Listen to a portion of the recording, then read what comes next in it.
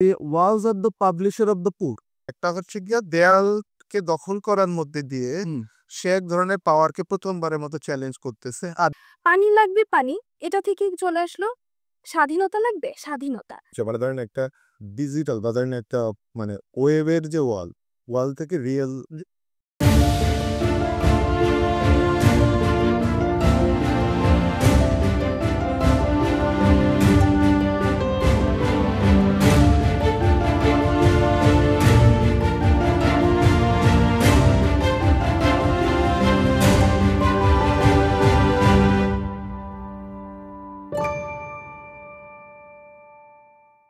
স্বাগতম সবাইকে। Shifting focus আমাদের একটি নতুন উদ্যোগ। আমরা এখানে চেষ্টা করব আমাদের বিভিন্ন সাম্প্রতিক এবং বৈশ্বিক বিষয় নিয়ে আলোচনা করতে। আমাদের আলোচনার একটি মূল ব্যাপার থাকবে বিভিন্ন বিষয় তত্ত্বগত আলোচনাকে ব্যবহারিক এবং আমাদের দৈনন্দিন বৈশ্বিক এবং বা রাজনৈতিক সহ বাংলাদেশের বিভিন্ন কনটেক্সটে আমরা আলোচনাগুলো করব। আমরা এক একদিন এই বিষয়ে যারা তত্ত্বচিন্তা করছেন, যারা কাজ করছেন, আমাদের বন্ধুরা তারা আসবেন, তারা আলোচনা করবেন। আমরা তবে অনেকদিন ধরেই আমাকে অনেকে বলছেন যে হচ্ছে আমরা অনেক এই ধরনের আড্ডা দিয়ে থাকি নানা জায়গায়, এবং সেই আড্ডাগুলো যাতে হচ্ছে লোকজনের সাথে শেয়ার করা অনেকেই আগ্রহ প্রকাশ করেছেন। ফলে সেই জায়গা থেকে শুরু। তো আমাদের আজকের আমরা আলোচনা করব গ্রাফিতি নিয়ে, গ্রাফিতি অ্যান্ড রেজিস্ট্যান্স। যদি আমরা ওইভাবে বলতে চাই যে গ্রাফিতি সম্বন্ধে আমরা সকলেই জানি, এবং গ্রাফিতি কিভাবে করে হচ্ছে রেজিস্ট্যান্সের ভাষা হয়ে উঠলো বিশ্বব্যাপী, এবং বিশেষত আমাদের গত জুলাইয়ে আমাদের যে গণ আন্দোলন, সেই জুলাই আন্দোলনে গ্রাফিতি কিরকম ভূমিকা রাখলো, সেটা তাত্ত্বিক আঙ্গিক, সেটার ব্যবহারিক দিকগুলো, সেটার প্রভাব, সেটার যে প্ল্যাটফর্ম তৈরি করলো, এবং সেটার এখনো যে সেই নানা আঙ্গিকে যে তাকে বিশ্লেষণ করা যায় এই গ্রাফিতির মাধ্যমে, আমরা যে রাজনীতিটা এবং যে হচ্ছে গ্রাফিতির যে নানা রকম প্রভাব, সেটা আমরা আজকে আমাদের গল্পে আড্ডায় আমরা আনার চেষ্টা করব। সো সেই আড্ডায় অবভিয়াসলি হচ্ছে আমাদের কে সে তত্ত্বগত জায়গাগুলো নিয়ে আলোচনা করবেন আমাদের পরিচিত মানুষ, আমার বিশেষ শ্রদ্ধেয় মাসুদ ইমরান মান্নু ভাই। উনি জাহাঙ্গীরনগর বিশ্ববিদ্যালয়ে পড়ান এবং আরো কিছু বিশ্ববিদ্যালয়ে উনি পড়ান, যেখানে উনি ক্রিটিক্যাল তত্ত্বচিন্তা সহ, উনি মূলত আর্কিওলজির লোক, তারপর ক্রিটিক্যাল তত্ত্বচিন্তা ওনার একটি বিশেষ ওনার ব্যাপ্তি আছে, ওনার অনেক কাজ আছে। তা আমরা ওনার থেকে এগুলো শুনতে চাইবো। আমার সাথে আমার আরো একজন প্রিয় আলোচক, অনেকেই হয়তো তাকে চেনেন না, বাট সাকিব হাসান ধ্রুব। উনি পেশায় চিকিৎসক হলেও ওনার পড়ালেখা এবং ওনার যে তত্ত্বজ্ঞান বা হচ্ছে এগুলোর সাথে যে সংযোগ, আমরা হয়তো নিয়মিতই থাকবো, আমরা আলোচনা করবো। আজকে আমাদের সাথে বিশেষভাবে উপস্থিত হয়েছেন সামিহা তাহসিন। সামিহাকে এখানে আনার কারণ হচ্ছে সামিহা জাহাঙ্গীরনগর বিশ্ববিদ্যালয়ে পড়েন এবং উনি সম্প্রতি এই গ্রাফিতি ও রেজিস্ট্যান্স নিয়ে একটি গবেষণাধর্মী কাজ করেছেন, এবং আমরা সামিহার কাছ থেকে সেই গবেষণার কাজগুলো, তার যে গবেষণা, তার যে পেপার, সেখান থেকে কিছু অংশ আমরা শুনতে চাইবো। এবং সেই সামিহার সেই গবেষণা পেপারে মাসুদ ইমরান মান্নুর ভূমিকা ছিল। আমরা ফলত এই দুজনের কাছ থেকে আমরা আলোচনাগুলো আসবো, এবং আমি চেষ্টা করবো আসলে ওনাদের থেকে শোনার এবং মাঝে মাঝে বুঝে নেয়ার। এবং অবভিয়াসলি হচ্ছে সাকিবের প্রতি আমার সেই ভরসা আছে, উনি আমাদের আলোচনায়, আমরা যেভাবে আলোচনা করি, আমরা যেভাবে বুঝতে চাই, দেখা যাক আমরা গ্রাফিতি ও রেজিস্ট্যান্স নিয়ে আমরা আসলে আজকে কোথায় যেতে পারি। তো মান্নু ভাই, ধন্যবাদ। আমরা যে কাজটা করতে যাচ্ছি এটা বলা যেতে পারে যে আজকে আমরা শুরু করলাম, মানে আমরা একটা আড্ডা দিতে চাই, কতগুলো ক্রিটিক্যাল থিওরিজের বিষয় নিয়ে আড্ডা দিতে চাই, এবং সেইটার আবার কতগুলো প্রয়োগে, মানে কতগুলো প্রায়োগিক জায়গা আছে, সেইটাকে একই সাথে আমরা মানে এক্সপ্লোরও করতে চাই। যেমন আমরা আজকে যেই বিষয়গুলোকে কেন্দ্রে নিয়ে আসছি, তার একটা বড় জিনিস হচ্ছে গ্রাফিতি, এবং তার সাথে হচ্ছে আর্ট, এবং তার সাথে যুক্ত হচ্ছে রেজিস্ট্যান্স। এটা যে জুলাইয়ে ঘটেছে ঘটনাটা এরকম না, মানে পৃথিবীতে এটা বহুদিন ধরে ঘটছে। যেমন আমরা সবাই চিনি, মানে আর্টের ক্ষেত্রে খুবই খুবই পরিচিত হচ্ছে গুয়ার্নিকা, মানে যেটা পিকাসোর, এবং সেই যে মানে আপনার স্পেনের একটা গ্রাম পুড়িয়ে দেওয়া হলো, একটা পুরো শহর, আমি খুবই দুঃখিত, গ্রাম না, পুরো একটা শহর গোয়ার্ডিকা পুড়িয়ে দেওয়া হলো, তার উপরে পিকাসো, বা ধরে আমরা দিয়াগোর কথা বলতে পারি, মেক্সিকোর দিয়াগোর ফ্রেস্কোর কথা বলতে পারি। এই দুটো হচ্ছে খুবই মানে সবার কাছে খুবই পরিচিত। আমরা পেইন্টিংয়ের ক্ষেত্রে এইগুলো দেখি যে একটা বড় প্রতিরোধ কী করে তৈরি হয়। আর এছাড়াও আমরা খুবই আরেকটা জিনিস, সেটা হচ্ছে ব্যান্সকিকে আমরা দেখি। আমরা মোটামুটি সোশ্যাল মিডিয়া যারা চালাই বা সোশ্যাল মিডিয়ার সাথে যুক্ত, এদের সবাইয়ের সাথে ব্যান্সকি খুবই ভালোভাবে যুক্ত। আর ঢাকার রাস্তায় হাঁটতে হাঁটতে তো আমরা শুভ তুই পালিয়ে যা বা এটাকে কষ্টে আছে কষ্টে আছে আইজুত্তি, এগুলো খুবই গুরুত্বপূর্ণ। আমরা এই বিষয়টা নিয়েই দীর্ঘ আলাপ তৈরি করতে চাই। সেক্ষেত্রে আমি মানে সামিহার কাছে যাওয়ার আগে আমি একটু ধ্রুবর কাছে যেতে চাই যে ধ্রুব আসলে এই রেজিস্ট্যান্সকে কিভাবে দেখে, তারপরে আমরা মূল আলাপে আস্তে আস্তে ঢুকবো। আহ আসলে আমি এখানের মধ্যে মানে বেসিক জিনিসটা হচ্ছে যে গ্রাফিতির যে রেজিস্ট্যান্সের যে আলাপটা সেটার এবং আমাদের যে জুলাইয়ের সাথে যে ২০২৪ জুলাইয়ের যে আন্দোলনের সাথে যে গ্রাফিতির যে মূল রেজিস্ট্যান্সের যে মূল কেন্দ্রীয় একটা ইস্যুতে পরিণত হয়েছিল। তো সেই ইস্যুটা নিয়ে আমি আসলে আমার একজন কর্মজীবী মানুষ হিসেবে আমি আসলে এখানের মধ্যে তাত্ত্বিক চিন্তা আমার যে অংশটুকু প্রবেশ করছে সেটা হচ্ছিল আমি ওই সময়টাতে আমাকে হচ্ছিল নিজের দায়িত্ব পালনে আমাকে খুব রেগুলারলি আমাকে হচ্ছিল বেরোতে হয়েছে এবং ওই সময় আমি আমার ফার্স্ট পার্সন এক্সপিরিয়েন্স থেকে যে গ্রাফিটির যে অংশগুলো দেখেছি, তো সেইগুলো থেকে আমি আমার নিজের যে ফিলিংসটা আসছে এবং আমি সেটার সাথে আমার নিজের যে অল্প পড়াশোনা থেকে যেটুকু আমি বোঝার চেষ্টা করেছি, তো সেটা নিয়ে কিছু কথা অ্যাড করতে যাচ্ছিলাম। তো মূলত আমি যদি মূল আলোচনাতে যেহেতু আমাদের সামিহা করবে, তো আমি যদি একটু কথা বলতে চাই যে গ্রাফিতির যে রেজিস্ট্যান্সের পাওয়ারটা নিয়ে, সেটা হচ্ছে হলো আগে গ্রাফিতির আলোচনা যাওয়ার আগে আমাকে ওয়ালের আলোচনায় আসতে হবে আরকি। যেহেতু ওয়াল গ্রাফিতি তো করবে যেহেতু ওয়াল। তো ওয়ার্ল্ডকে আমি জিনিসটা দেখি যেটা হচ্ছে হলো ইনস্টিটিউশনের, আমরা যে ইনস্টিটিউশনগুলো আমাদের লাইফকে বিল্ড করে, আমরা যে প্রতিদিনকে তৈরি করতেছে, সেটার সবচেয়ে মানে এক্সটেরিয়র ফর্ম হচ্ছে হলো একটা ইনস্টিটিউশনের ওয়াল। সেই ওয়ালটা হচ্ছে হলো যেটা ইনস্টিটিউশনের অংশ এবং it is available to the public. যেমন ধরা যাক আমরা যারা ধরুন নিম্নবিত্ত বা নিম্ন মধ্যবিত্ত যারা আছে, যখন ধরেন একটা শেরাটন হোটেল, শেরাটন হোটেলে সে তখন ঢুকতে পারেনি, কিন্তু সেটার ওয়ালটাকে সে দেখছে। শেরাটন কি কিন্তু আসলে সে ওয়ালের মাধ্যমে চিনে। সে কিন্তু শেরাটনের ভিতরে কি হচ্ছে বা অন্য ইনস্টিটিউশন, সরকারি ইনস্টিটিউশন সে কিন্তু কিছু জানে না। সে জানে যে এখানে শেরাটন হোটেল আছে। কারণ তাকে ওই ওয়ালটাকে দেখানো হয়েছে যে ওইটা শেরাটন হোটেল এরিয়া।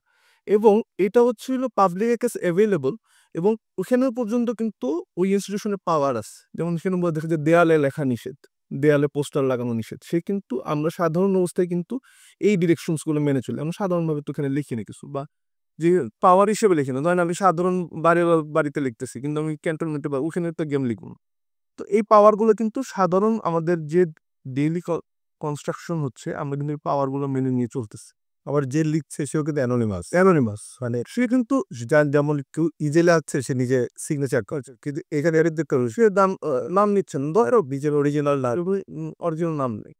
কিন্তু যখন হচ্ছে হলো আপনার দেয়ালে লেখা শুরু হচ্ছে, তার মানে কি দেয়ালে আপনার লেখাটাই হচ্ছে যে আপনি যেভাবে কন্টেন্ট কি সেটা একটা পরের ইস্যুটা হচ্ছে। আপনি দেয়ালে লিখতেছেন, আপনার বাসার সামনে দেয়ালে যদি যে লিখতেছে সে কিন্তু আপনার ওই যে দেয়ালে লেখা নিষেধ ওটাকে আগে সে ব্রেক করতেছে, ওই ফোবিয়াটাকে আগে সে ব্রেক করতেছে। তারপর হচ্ছে হলো আমি স্পেসিফিক কন্টেন্ট কি লিখলাম বা সাকিব, আমি যদি বুঝতে চাই, মানে আমি যদি বলি যে এইভাবে যে আসলে বেসিক ব্যাপারটা হচ্ছে দেয়াল বিষয়টা হচ্ছে পাওয়ারলেস এর সাথে পাওয়ারফুলের যে পার্থক্যের জায়গাটা যে করে দেয়ার হচ্ছে আসলে তাকে আটকায় রাখতেছে। এবং যখন আমি দেয়ালকে দখল নিচ্ছি, মানে দেয়ালের দখল মানে আমার রেজিস্ট্যান্সের প্রথম ধাপ।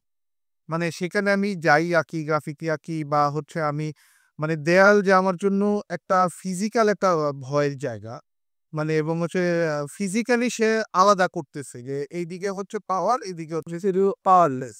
এবং এটা বলা হয় যে walls are the publisher of the poor, মানে যে পুর যেখানে আপনি মিডিয়া পাচ্ছেন না, যেখানে সে তার মতটা প্রকাশ করতে পারতেছে না, তখন তাকে দেয়ালের মধ্যে আমাকে they have to resort to the wall. তার মানে আমরা দুইটা আলোচনা পাচ্ছি। একটা হচ্ছে গিয়া দেয়াল মাঠকে দখল করার মধ্যে দিয়ে সে এক ধরনের পাওয়ারকে প্রথমবারের মতো চ্যালেঞ্জ করতেছে। আর দ্বিতীয়বার হচ্ছে যেহেতু তার অন্য মিডিয়াগুলা তার দখলে নাই, সে তাহলে হচ্ছে দেয়ালটাকে মিডিয়া হিসাবেও ইউজ করছে, সেই দখল করতে। তার মানে অলরেডি আমরা দেয়ালের ২ ধরনের মানে প্রহার বা দেয়ালকে যে উপরের রেজিস্ট্যান্স দুইটার একটা ভার্জন কিন্তু লেখার সাথে সাথে শুরু হয়ে যাচ্ছে।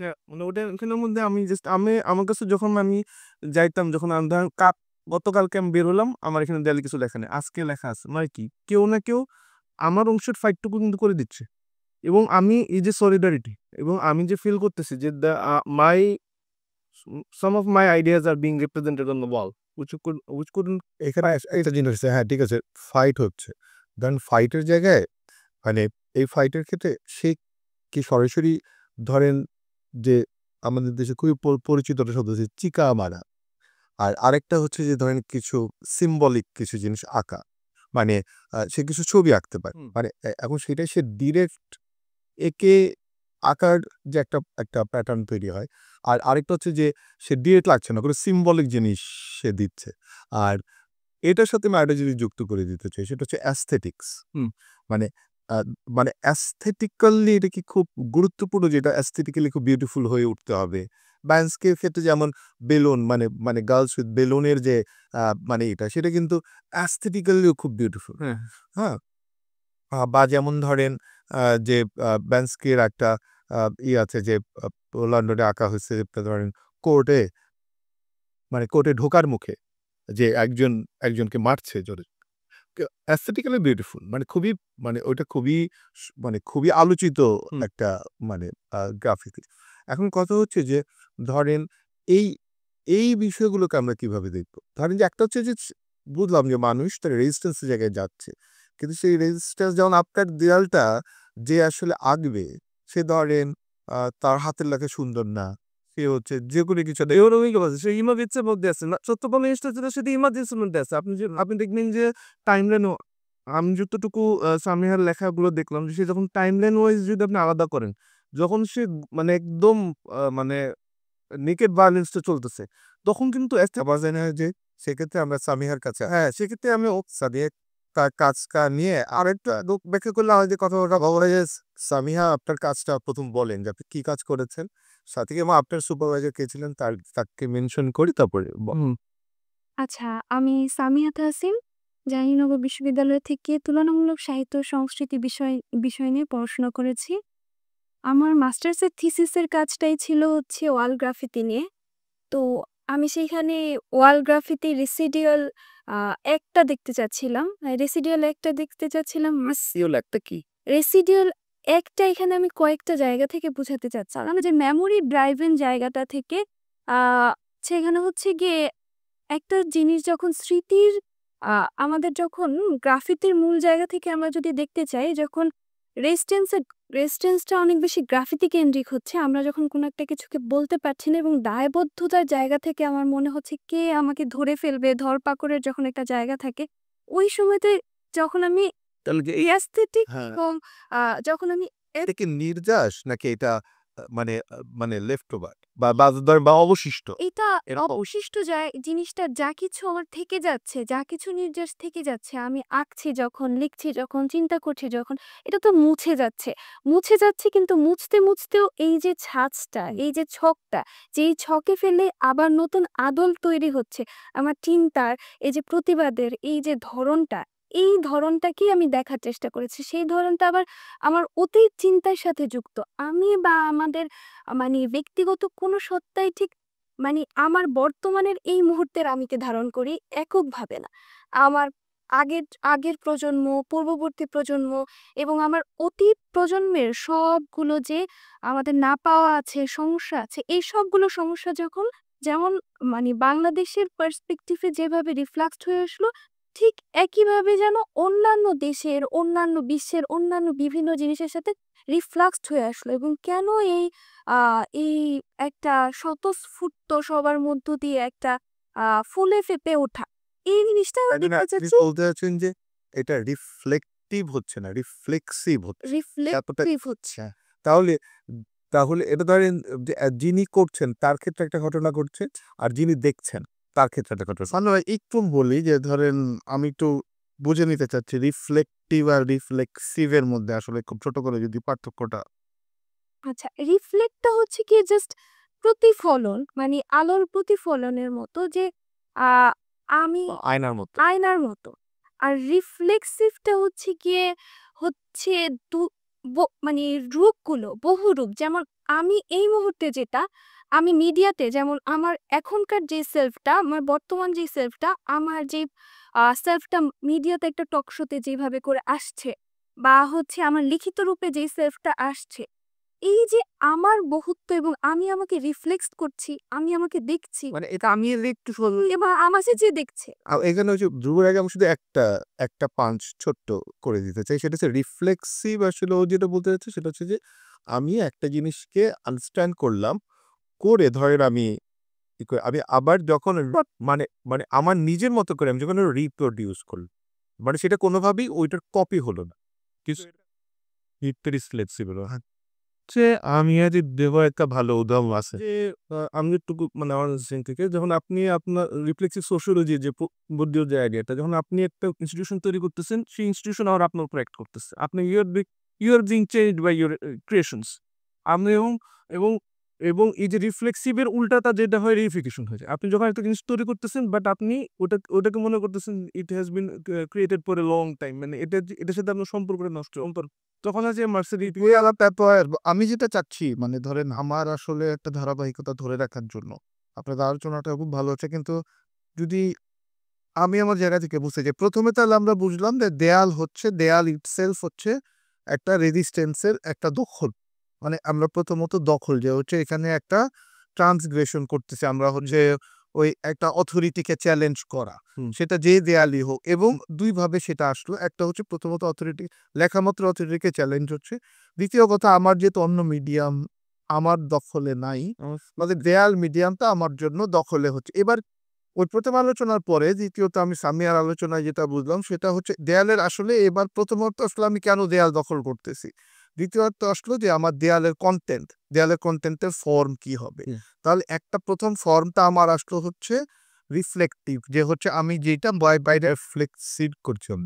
বাইরের দুনিয়া থেকে যেটা আমি রিফ্লেক্সিভ করছি, প্রথমে বাইরের দুনিয়া থেকে আমি যেটা নিচ্ছি পাচ্ছি সেটা আমার ভিতরে আসতেছে, এবং সেইটা আমার এক্সপ্রেশনটা হচ্ছে আমার মতো করে, আমার ভেতরে একটা রান্নার মতো একটা হচ্ছে মানে একটা একটা পরিবর্তন হচ্ছে ওই ধারণাগুলা নিয়ে। এবার ওই বাইরের ধারণার সাথে আমার ভেতরগত ধারণা মিলে আমি দেয়ালে হচ্ছে একটা জিনিস করছে আমি এবং যেটা করছি আমরা সেইটাকে দেন ব্যাস্কিটকে যদি আমরা দেখি স্টুয়ার্ট হল যেভাবে বলে, মানে এটা বলতেছে এটা সাব কালচার এক্সপ্রেশন। আর সাব কালচার এক্সপ্রেশনটা সবসময় যে ডোমিনেটিং যে ন্যারেটিভস গুলো আছে সেই ন্যারেটিভসকে সে আসলে চ্যালেঞ্জ করছে।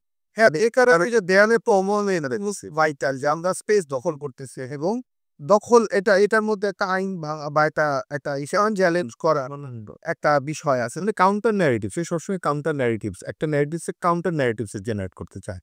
তো আমরা হচ্ছে মান্ডব একটা গুরুত্বপূর্ণ শব্দ বললাম, আমি একটু বলার লোক সামলাই বললাম যে চিকা মারার আলাপটা, যে আসলে চিকা শব্দটা সেলফি আসলে কি হইতো, যে হচ্ছে ওই আপ- আ- আমি সবচেয়ে বহুল যে হচ্ছে গল্পটা জানি, যে গল্পটা থেকে চিকা মারা শব্দটা আসছিল সম্ভবত ফরাজ খান বা কারো একটা বইয়ে পড়ছিলাম, যে হচ্ছে পাকিস্তান আমলে বা ব্রিটিশ আমলে সম্ভবত যখন হচ্ছে যে দেয়াল লিখন লিখতো তখন হচ্ছে ওই পুলিশ এসে হানা দিত, এবং তারা জিজ্ঞেস করতে যে তোমরা কি করো, বলে যে আমরা চিকা মারি।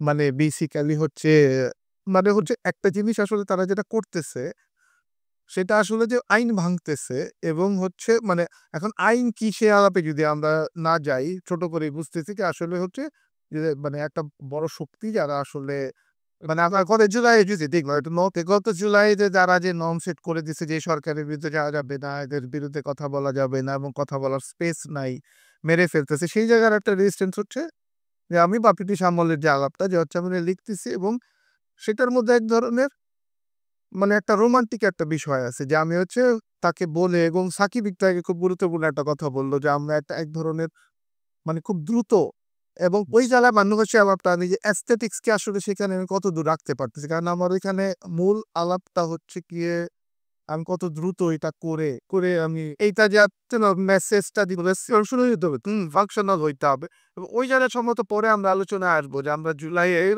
জুলাইয়ে আমরা যেমন দেখি যে অ্যাস্থেটিক্সকে কিন্তু আমরা ভিন্নভাবে হাজির হয়েছে আমার মনে হয় সেক্ষেত্রে সামিয়া রিকশুরি যে সামিহা তার কাজে কি জিনিস দেখার চেষ্টা করেছে। হ্যাঁ, আমি হচ্ছে মূলত যেই রেজিস্ট্যান্সটাকে কিভাবে বিচিত্রভাবে আনা হয়েছে, বিচিত্রভাবে জুলাই গ্রাফিতিতে আনা হয়েছে সেটা দেখেছি। এবং এইখানে আমরা যদি মানে বলি রেজিস্ট্যান্সকে তো মানে আপনি মানে প্যাটার্ন ফর্ম এগুলোকে দেখেছেন। তো আরেকটু কথা আমি এখানে বলে নিতে চাই যে আমরা যদি হেনরি, বুদ্ধ বা হচ্ছে গিয়ে আলথুসার বা আ সমসাময়িক বা আগেরও যদি আমরা রেজিস্ট্যান্সের প্যাটার্ন গুলাকে দেখতে চাই, তো সাধারণত রেজিস্ট্যান্সকে যেমন একটা ট্রুথ ইভেন্টের মধ্য দিয়ে কেউ দেখেছে, কেউ একটা ফিডেলিটি বা বিশ্বস্ততার জায়গা থেকে দেখেছে, কেউ সিস্টেমকে পরিবর্তনের জায়গা থেকে দেখেছে, কেউ আবার একটা কালেকটিভ একটা জায়গা থেকে দেখেছে যে এবং সেটা শুধুমাত্র এককভাবে না, ব্যক্তির এককভাবে না বরঞ্চ একটা আইডিওলজিরই পরিবর্তন হিসেবে দেখা বা সেটাকে হচ্ছে গিয়ে রেজিস্ট করার জায়গা থেকে দেখেছে। তো এবং একটা হচ্ছে গিয়ে তাদেরকে বাদানো বাদায় এটাও এসেছে ক্রিয়েটিভ ট্রান্সফরমেশন বলতে রেজিস্ট্যান্সটাকে যে দেখার জায়গাটা। তো এখানে প্রত্যেকটা জিনিসই প্রায় আমি দেখেছি যে জুলাই আন্দোলনে এসেছে কিন্তু নবভাবে এসেছে। ক্রিয়েটিভ ট্রান্সফরমেশনটাকে আমি খুব দেখতে পেয়েছি এই রেজিস্ট্যান্সের মানে জায়গা আপনার দেখাটা যদি একটু আমাদের হ্যাঁ, এবং এই দেখাটাকে আমরা যেমন ক্রিয়েটিভ ট্রান্সফরমেশন গুলো কিভাবে হচ্ছে? ক্রিয়েটিভ ভাবে হচ্ছে মানে আমি যদি ৪ টা জায়গা থেকে দেখতে চাই যে আমি প্যাটার্ন অ্যান্ড ফর্ম এর জায়গা থেকে যদি দেখি মানে আমি যদি আমার অবজেক্টিভকে মানে অবজেক্টিভ ধরে যদি আগাই, প্যাটার্ন এবং ফর্মটাকে যদি দেখি তারপরে যদি আমি দেখার চেষ্টা হ্যাঁ, প্যাটার্নের ক্ষেত্রে আমি দেখতে চাচ্ছি যে আগে যেরকম প্যাটার্ন গুলা ছিল আমরা মুষ্টিবদ্ধ হাতে আমরা যুদ্ধ বা কোনো আমাদের প্রতিবাদ দেখাতাম। এখন এর প্যাটার্নটা কেমন দেখলাম জুলাই আন্দোলনে? আমরা ২ হাত মানে বাড়িয়ে দিয়ে টাইটানিক একটা ফর্মে আমরা টাইটানিক আমি সাহসী মানে আমার রোমান্টিসাইজ করলাম ব্যাপারটাকে। যে আমার ভেতরের ভাবটাকে আমি নিয়ে আসলাম। তারপরে আমি আরো যদি দেখি খুব বেশি যেটা আসছে সোশ্যাল মিডিয়ার যে ইমোজি গুলো সেটার সাথে ব্রেইনের একটা কম্বিনেশন করে দেওয়া হয়েছে, যুক্ততা করে দেওয়া হয়েছে। আরো যদি দেখি বাল্ব দিয়ে দেওয়া হয়েছে, বাল্বের সাইনটা দেওয়া হয়েছে, রিক্সা পেইন্ট নিয়ে আসা হয়েছে। মানে যেটা খুবই ভিন্নভাবে রিক্সা পেইন্টকে নিয়ে আসা হয়েছে। তারপর আমাদের সংস্কৃতি, আমাদের কালচারকে নিয়ে আসা হয়েছে। আবার দেখা যাচ্ছে রঙের খুবই ভিন্নতা। লেখা আছে জুলাইয়ের শোকের রং লাল। যেটা কিনা আমরা আগে কালোতেই দেখতাম। তারপর আবার আমরা দেখতে পাচ্ছি কি খুব বেশি চেইন ভাঙা, চেইন খোলা। বার্ড পাখি উঠছে।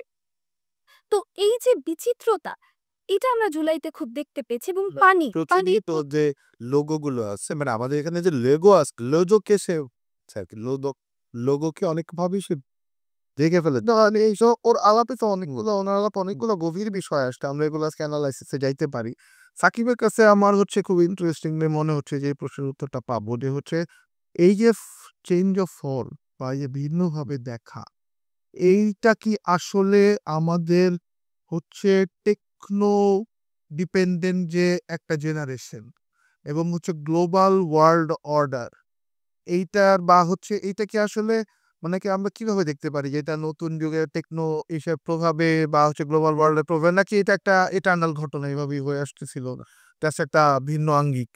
বেসিক্যালি যে একটা আলাপ আছে যেটা হচ্ছে হলো যে টেকনোলজিক্যাল যে আলোচনাটা আসলেন যে বেসিক জিনিসটা বলা হয় যেটা ইনফ্রাস্ট্রাকচারের যে আলাপটা যে ইনফ্রাস্ট্রাকচারের বেসিক পয়েন্ট হতেছিল আপনার একটা রুমে ধরেন একটা রুমের মধ্যে আপনার রুমের মধ্যে লাইট আছে আপনি লাইটের কারণে দেখতে পারতেছেন রুমে ফ্যান ঘুরতেছে বা ইয়ে করতেছে রুমের সবকিছু আছে কিন্তু তারটা কিন্তু দেয়ালের পিছনে ইনফ্রাস্ট্রাকচারের সিস্টেমটাই হচ্ছিল it will not be visible আপনি হচ্ছিল যখন আপনার একটা সিস্টেমের মধ্যে থাকবেন এটার যে বেসিক ইকোনমি এটার যে বেসিক আপনার যে আমাদের যে মার্সের যে বেজ এন্ড সুপারস্ট্রাকচার আলো তো বেসটাকে তৈরি করা হয়ে হতেছিল ভিজিবিলিটি অফ করে দিয়ে আপনি যখন আপনি দেখতে পারবেন না ইনফ্রাস্ট্রাকচারাল চেঞ্জ আপনার কখনো ইয়া হবে না ঠিক একই কারণে আপনাকে যেটা বলা হয় যে 70s যখন এই আমেরিকাতে যখন রেভলিউশন চলতেছিল তখন একটা কথা বলতো যে revolution will not be televised আপনি আপনি জানতে পারবেন না যে আপনি কিভাবে আসতেছে বা ইয়ে করতেছে।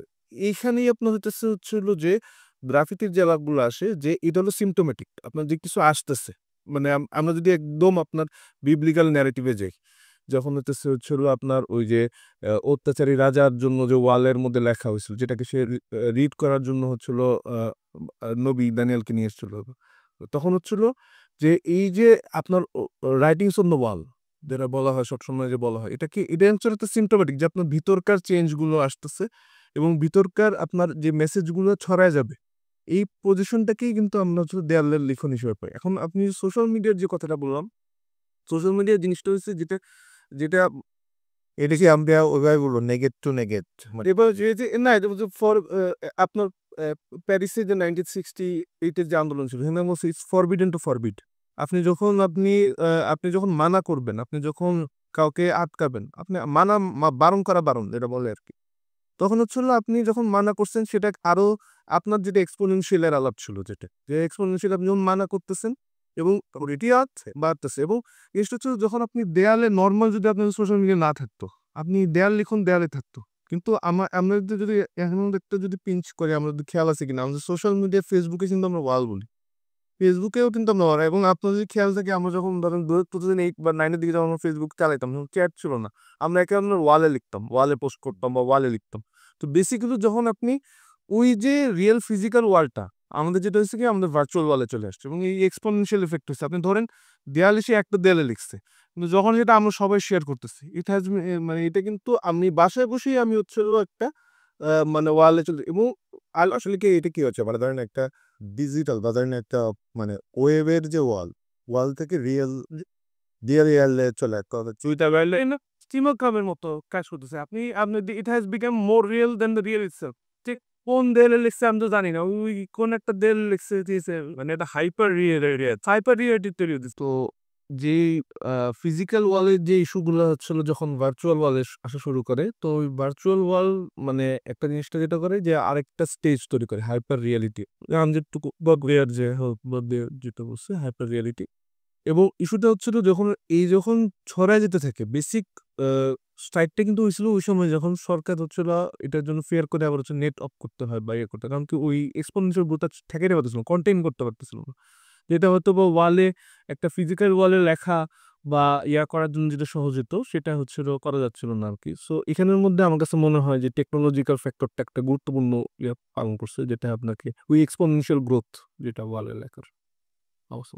একটা জিনিস হচ্ছে ফর্ম, একটা হচ্ছে প্যাটার্ন আর ফর্ম। তো ফর্মের জায়গায় যেমন সেমিওটিক্সের কে যদি আমরা ব্যবহার করি কালারের ক্ষেত্রে মানে সাইনকে বোঝার জন্য তো আসলে তো অনেকগুলো সাইন ব্যবহার করছে হ্যাঁ, হ্যাঁ। এবং ওই সাইনগুলো আবার ধরেন যে সেটা ট্রান্সফার হচ্ছে এবং এই ট্রান্সফার কিরকম একটা হচ্ছে যে মানে সে কতগুলা টেম্পোরাল সিচুয়েশনকে সে জার্নি করছে মানে যেমন ধরেন যে আমরা যদি বলি যে মিরপুরে যেই গ্রাফিতিটা আঁকা হচ্ছে একই গ্রাফিতি যাত্রাবাড়ি আঁকা হচ্ছে। এখন কথা হচ্ছে যে যদি আমরা খুবই লেম্যানের মতো প্রশ্ন করি যে ও কি আসলে যাত্রাবাড়ি থেকে এসে মিরপুরটা দেখে গেছে নাকি পরে যে এঁকেছে সেই গিয়ে যাত্রাবাড়ি, মানে এটা মানে কর্পোরেট সেন্ট্রিক চিন্তা থেকে যদি না কর্পোরেট শুধু না ধরেন যে তার ভিতর যে মেমোরি তার যে তার ছিল যে তো। সে তো রিফ্লেক্সিভ একটা সিচুয়েশনের ভিতরে আছে এখন। তাহলে সে মানে আমরা কি এটা ধরে নিব যে সে একই ব্যক্তি আঁকছে নাকি আসলে ভিন্ন ভিন্ন ব্যক্তির আঁকছে? এটা তো আপনার ওই যে রিচার্ড ডকিন্সের মিন থিওরি দিয়ে আমরা একটা এক্সপ্লেইন করতে পারি যে যেহেতু এটা হাইপার যখন এটা নিজস্ব একটা রিয়েলিটি পেয়ে গেছে এটাই হতেছিল মানে এক সেন্সে এটা হতেছিল আমরা আমাদেরকে ভেসেল হিসেবে ইউজ করতেছে আমাদের মেসেজগুলো আমাদেরকে ভেসেল হিসেবে ইউজ করতেছে যেটা আমরা স্প্রেড করে দিই। তার মানে হচ্ছে কি যে যে এই যে সোশ্যাল মিডিয়া আসলে মূল মানে নেগোশিয়েটর হচ্ছে সোশ্যাল মিডিয়া এবং একটা বোঝা বছর যেখানে যেখানে সে হচ্ছে যে ধরে হচ্ছে মানে সে বারবার ভাইরাল হয়ে যাচ্ছে, বিভিন্ন সিম্বল ভাইরাল হচ্ছে এবং কিছু তো কমন সিম্বল মানে কিছু জিনিস কিন্তু কমনলি আঁকা হয়েছে। এটা যদি আমরা দেখি মানে পুরো বাংলাদেশ মানে যেমন ও সামিয়ার কাজে একটা ম্যাপ আছে যে ও সেই ম্যাপের ভিতরে দেখাচ্ছে পুরো বাংলাদেশে কতগুলো জায়গাতে এই ঘটনাগুলো করতেছে কোন সুযোগ কোন সিম্বলগুলো প্রাধান্য পেয়েছে। হ্যাঁ, আমার মনে হয় যে এতে তো সামিহা মানে কথা বলে আচ্ছা আমি এটা মাঝখানে একটা একটা শুধু ইনফরমেশন দিই মানে ফায়াজের মানে উপস্থাপনায় আমরা যেই আড্ডাটা শুরু করলাম এই আড্ডাতে আমরা মাঝে মাঝে বিশ্ববিদ্যালয়ে এরকম বিশেষ করে সমাজবিজ্ঞান, লিটারেচার মানে এই জায়গাগুলোতে যারা কাজ করেছেন এবং যেগুলো খুবই গুরুত্বপূর্ণ কাজ আমাদের কাছে মনে হয়েছে যে কাজগুলো এখনো পাবলিকলি সবাই জানেন না, কিন্তু পাবলিকলি আলোচনা হওয়া উচিত। এইসব কাজ নিয়ে আমরা বারবার ফিরে আসব বিভিন্ন সময় বিভিন্ন রিসার্চার মানে গবেষককে সাথে নিয়ে। যেমন আজকে আমাদের সাথে সামিয়া গবেষক হিসেবে আছেন। সামিহা, প্যাটার্নটা বলার আগে যদি একটু বলেন যে আপনার কাজের সুপারভাইজার কে ছিলেন? আমার কাজের সুপারভাইজার ছিলেন আমার হচ্ছে শিক্ষক আ ঈশিতা আক্তার ম্যাডাম। তার কাছে আমি শ্রদ্ধাভাজন, কারণ উনি এই ধরনের তুলনামূলক সাহিত্য ও সংস্কৃতি বিভাগের তার কাছে, এবং আমি শ্রদ্ধা জ্ঞাপন করি, কারণ এইরকম একটা বিষয় নিয়ে কাজ করার জন্য তিনি আমাকে আ উৎসাহিত করেছেন, আ এবং মাসুদ ইমরান মান্নু স্যারকে, হচ্ছে তিনি হচ্ছে আর্কিওলজি বিভাগের শিক্ষক, কিন্তু তার কাছে আমি আন্তরিকভাবে কৃতজ্ঞ, যদিও তিনি সরাসরি আমার সুপারভাইজার ছিলেন। কাছে সেই এলাকা দিয়ে সামিয়া পড়ে যায় কিন্তু সাউথ করে। হ্যাঁ, ঠিক আছে। আমরা তো ধরেন একসাথে অনেকদিন আমরা একসাথে কাজ করছি সেই ৩-৪ বছর ধরে। আচ্ছা, এখানে যে ফায়াজ এবং মানে আছে আপনি যে এখানে প্যাটার্ন এবং ফর্মের কথা বলছেন মাস রেজিস্ট্যান্স বিশেষ করে জুলাইয়ের ক্ষেত্রে গ্রাফিক্স সেই সেইটাকে থিওরিটিক্যালি আপনি এবং মানে তার ডেটা যদি আমরা বলি ফিল্ড ডেটা, আপনি ফিল্ড ডেটাটা কি করে পেলেন এবং সেটা কি করে কালেক্ট করলেন? অথবা বা মেথোডোলজিটা কিরকম ছিল এবং সেই প্যাটার্নটাকে কি করে আপনি মানে ফিগার আউট করলেন? ভবিষ্যতে যারা রিসার্চ গুলো করবে তাদের জন্য যদি আপনার কোনো আপনার যে স্ট্রাগল গুলো ফেস করতে হয়েছে সেগুলো যদি আপনি সেগুলো আস্তে, আস্তে বলেন। কিন্তু ১ম এ বলেন যে প্যাটার্ন এবং ফর্মটা মাস রেজিস্ট্যান্স এর যে এইটা আসলে আপনি মেথোডোলজিক্যালি কিভাবে নিজে তো কনসিভ করতে হয়েছে এবং সেইটাকে আবার এক্সপ্লোর করতে হয়েছে এবং ডেটাটা কালেক্ট করতে হয়েছে। তো এই পুরো প্রক্রিয়াটা কিভাবে করেছেন এবং একই সাথে এনালাইসিসটা কিভাবে করেছেন? সেইটা যদি আপনি সবাইকে বলেন তাহলে আমাদের জন্য মনে হয় আরো বেশি মানে সুবিধা হবে। আমরা আরো বেশি কন্ট্রিবিউট করতে পারবো আলোচনায়। আমি এই কাজটা ১ম এ শুরু করার আগে আমি কাজটার মধ্যে চিন্তাগতভাবে এই কাজটার মধ্যে যুক্ত ছিলাম। কারণ যেহেতু এই সময়টার মধ্য দিয়ে যাচ্ছিলাম, তো এই চিন্তা আমি যখন আ সমসাময়িকভাবে যখন আমি বের হচ্ছি, আমি দেখতেছি আমার দেয়ালের মধ্যে কোনো একটা লেখা হচ্ছে। আবার দেখতেছি আমার মোবাইলে একই একই ধরনের চিন্তা।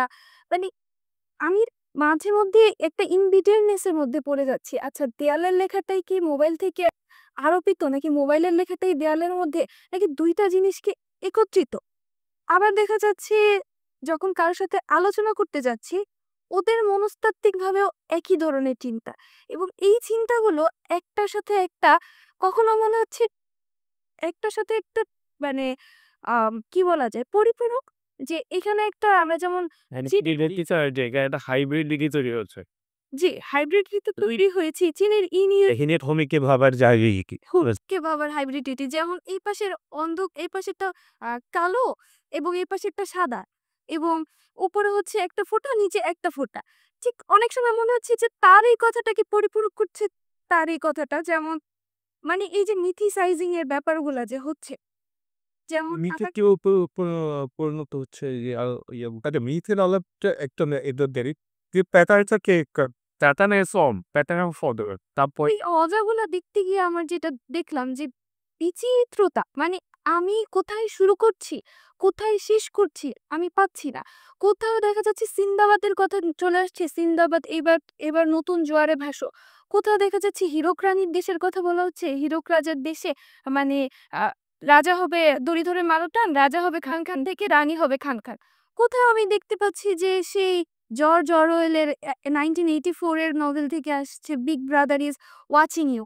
কোথাও আমি দেখছি রেইনকোটের সেই দরজা নক করা, তারপরে হচ্ছে বাড়িতে কি হচ্ছে, স্টুডেন্ট আছে, শিক্ষার্থী আছে বাসায়। আগে যেরকম ছিল বাড়িতে কি মুক্তিযোদ্ধা আছে। মানে কোথাও আবার আসছে ফাগুন হব দ্বিগুণ। এই যে বহুমাত্রিকতা, আবার খনার বচন চলে আসতেছে। যে খনার বচনে যে জীব, বড় একটা জীবের ছবি, জীবটা কেটে দিচ্ছে, সেই কাটা জীব দেখতে পাচ্ছি। আমার কাছে মনে হচ্ছে যে এই আন্দোলনটা, মানে আমি যখন আমার কাজের যেই ধরনটা, আমি তখন মনে হচ্ছিল আমি ঠিক কোন প্যাটার্নে, কোন একক প্যাটার্নে আমি কিভাবে এটাকে আনবো।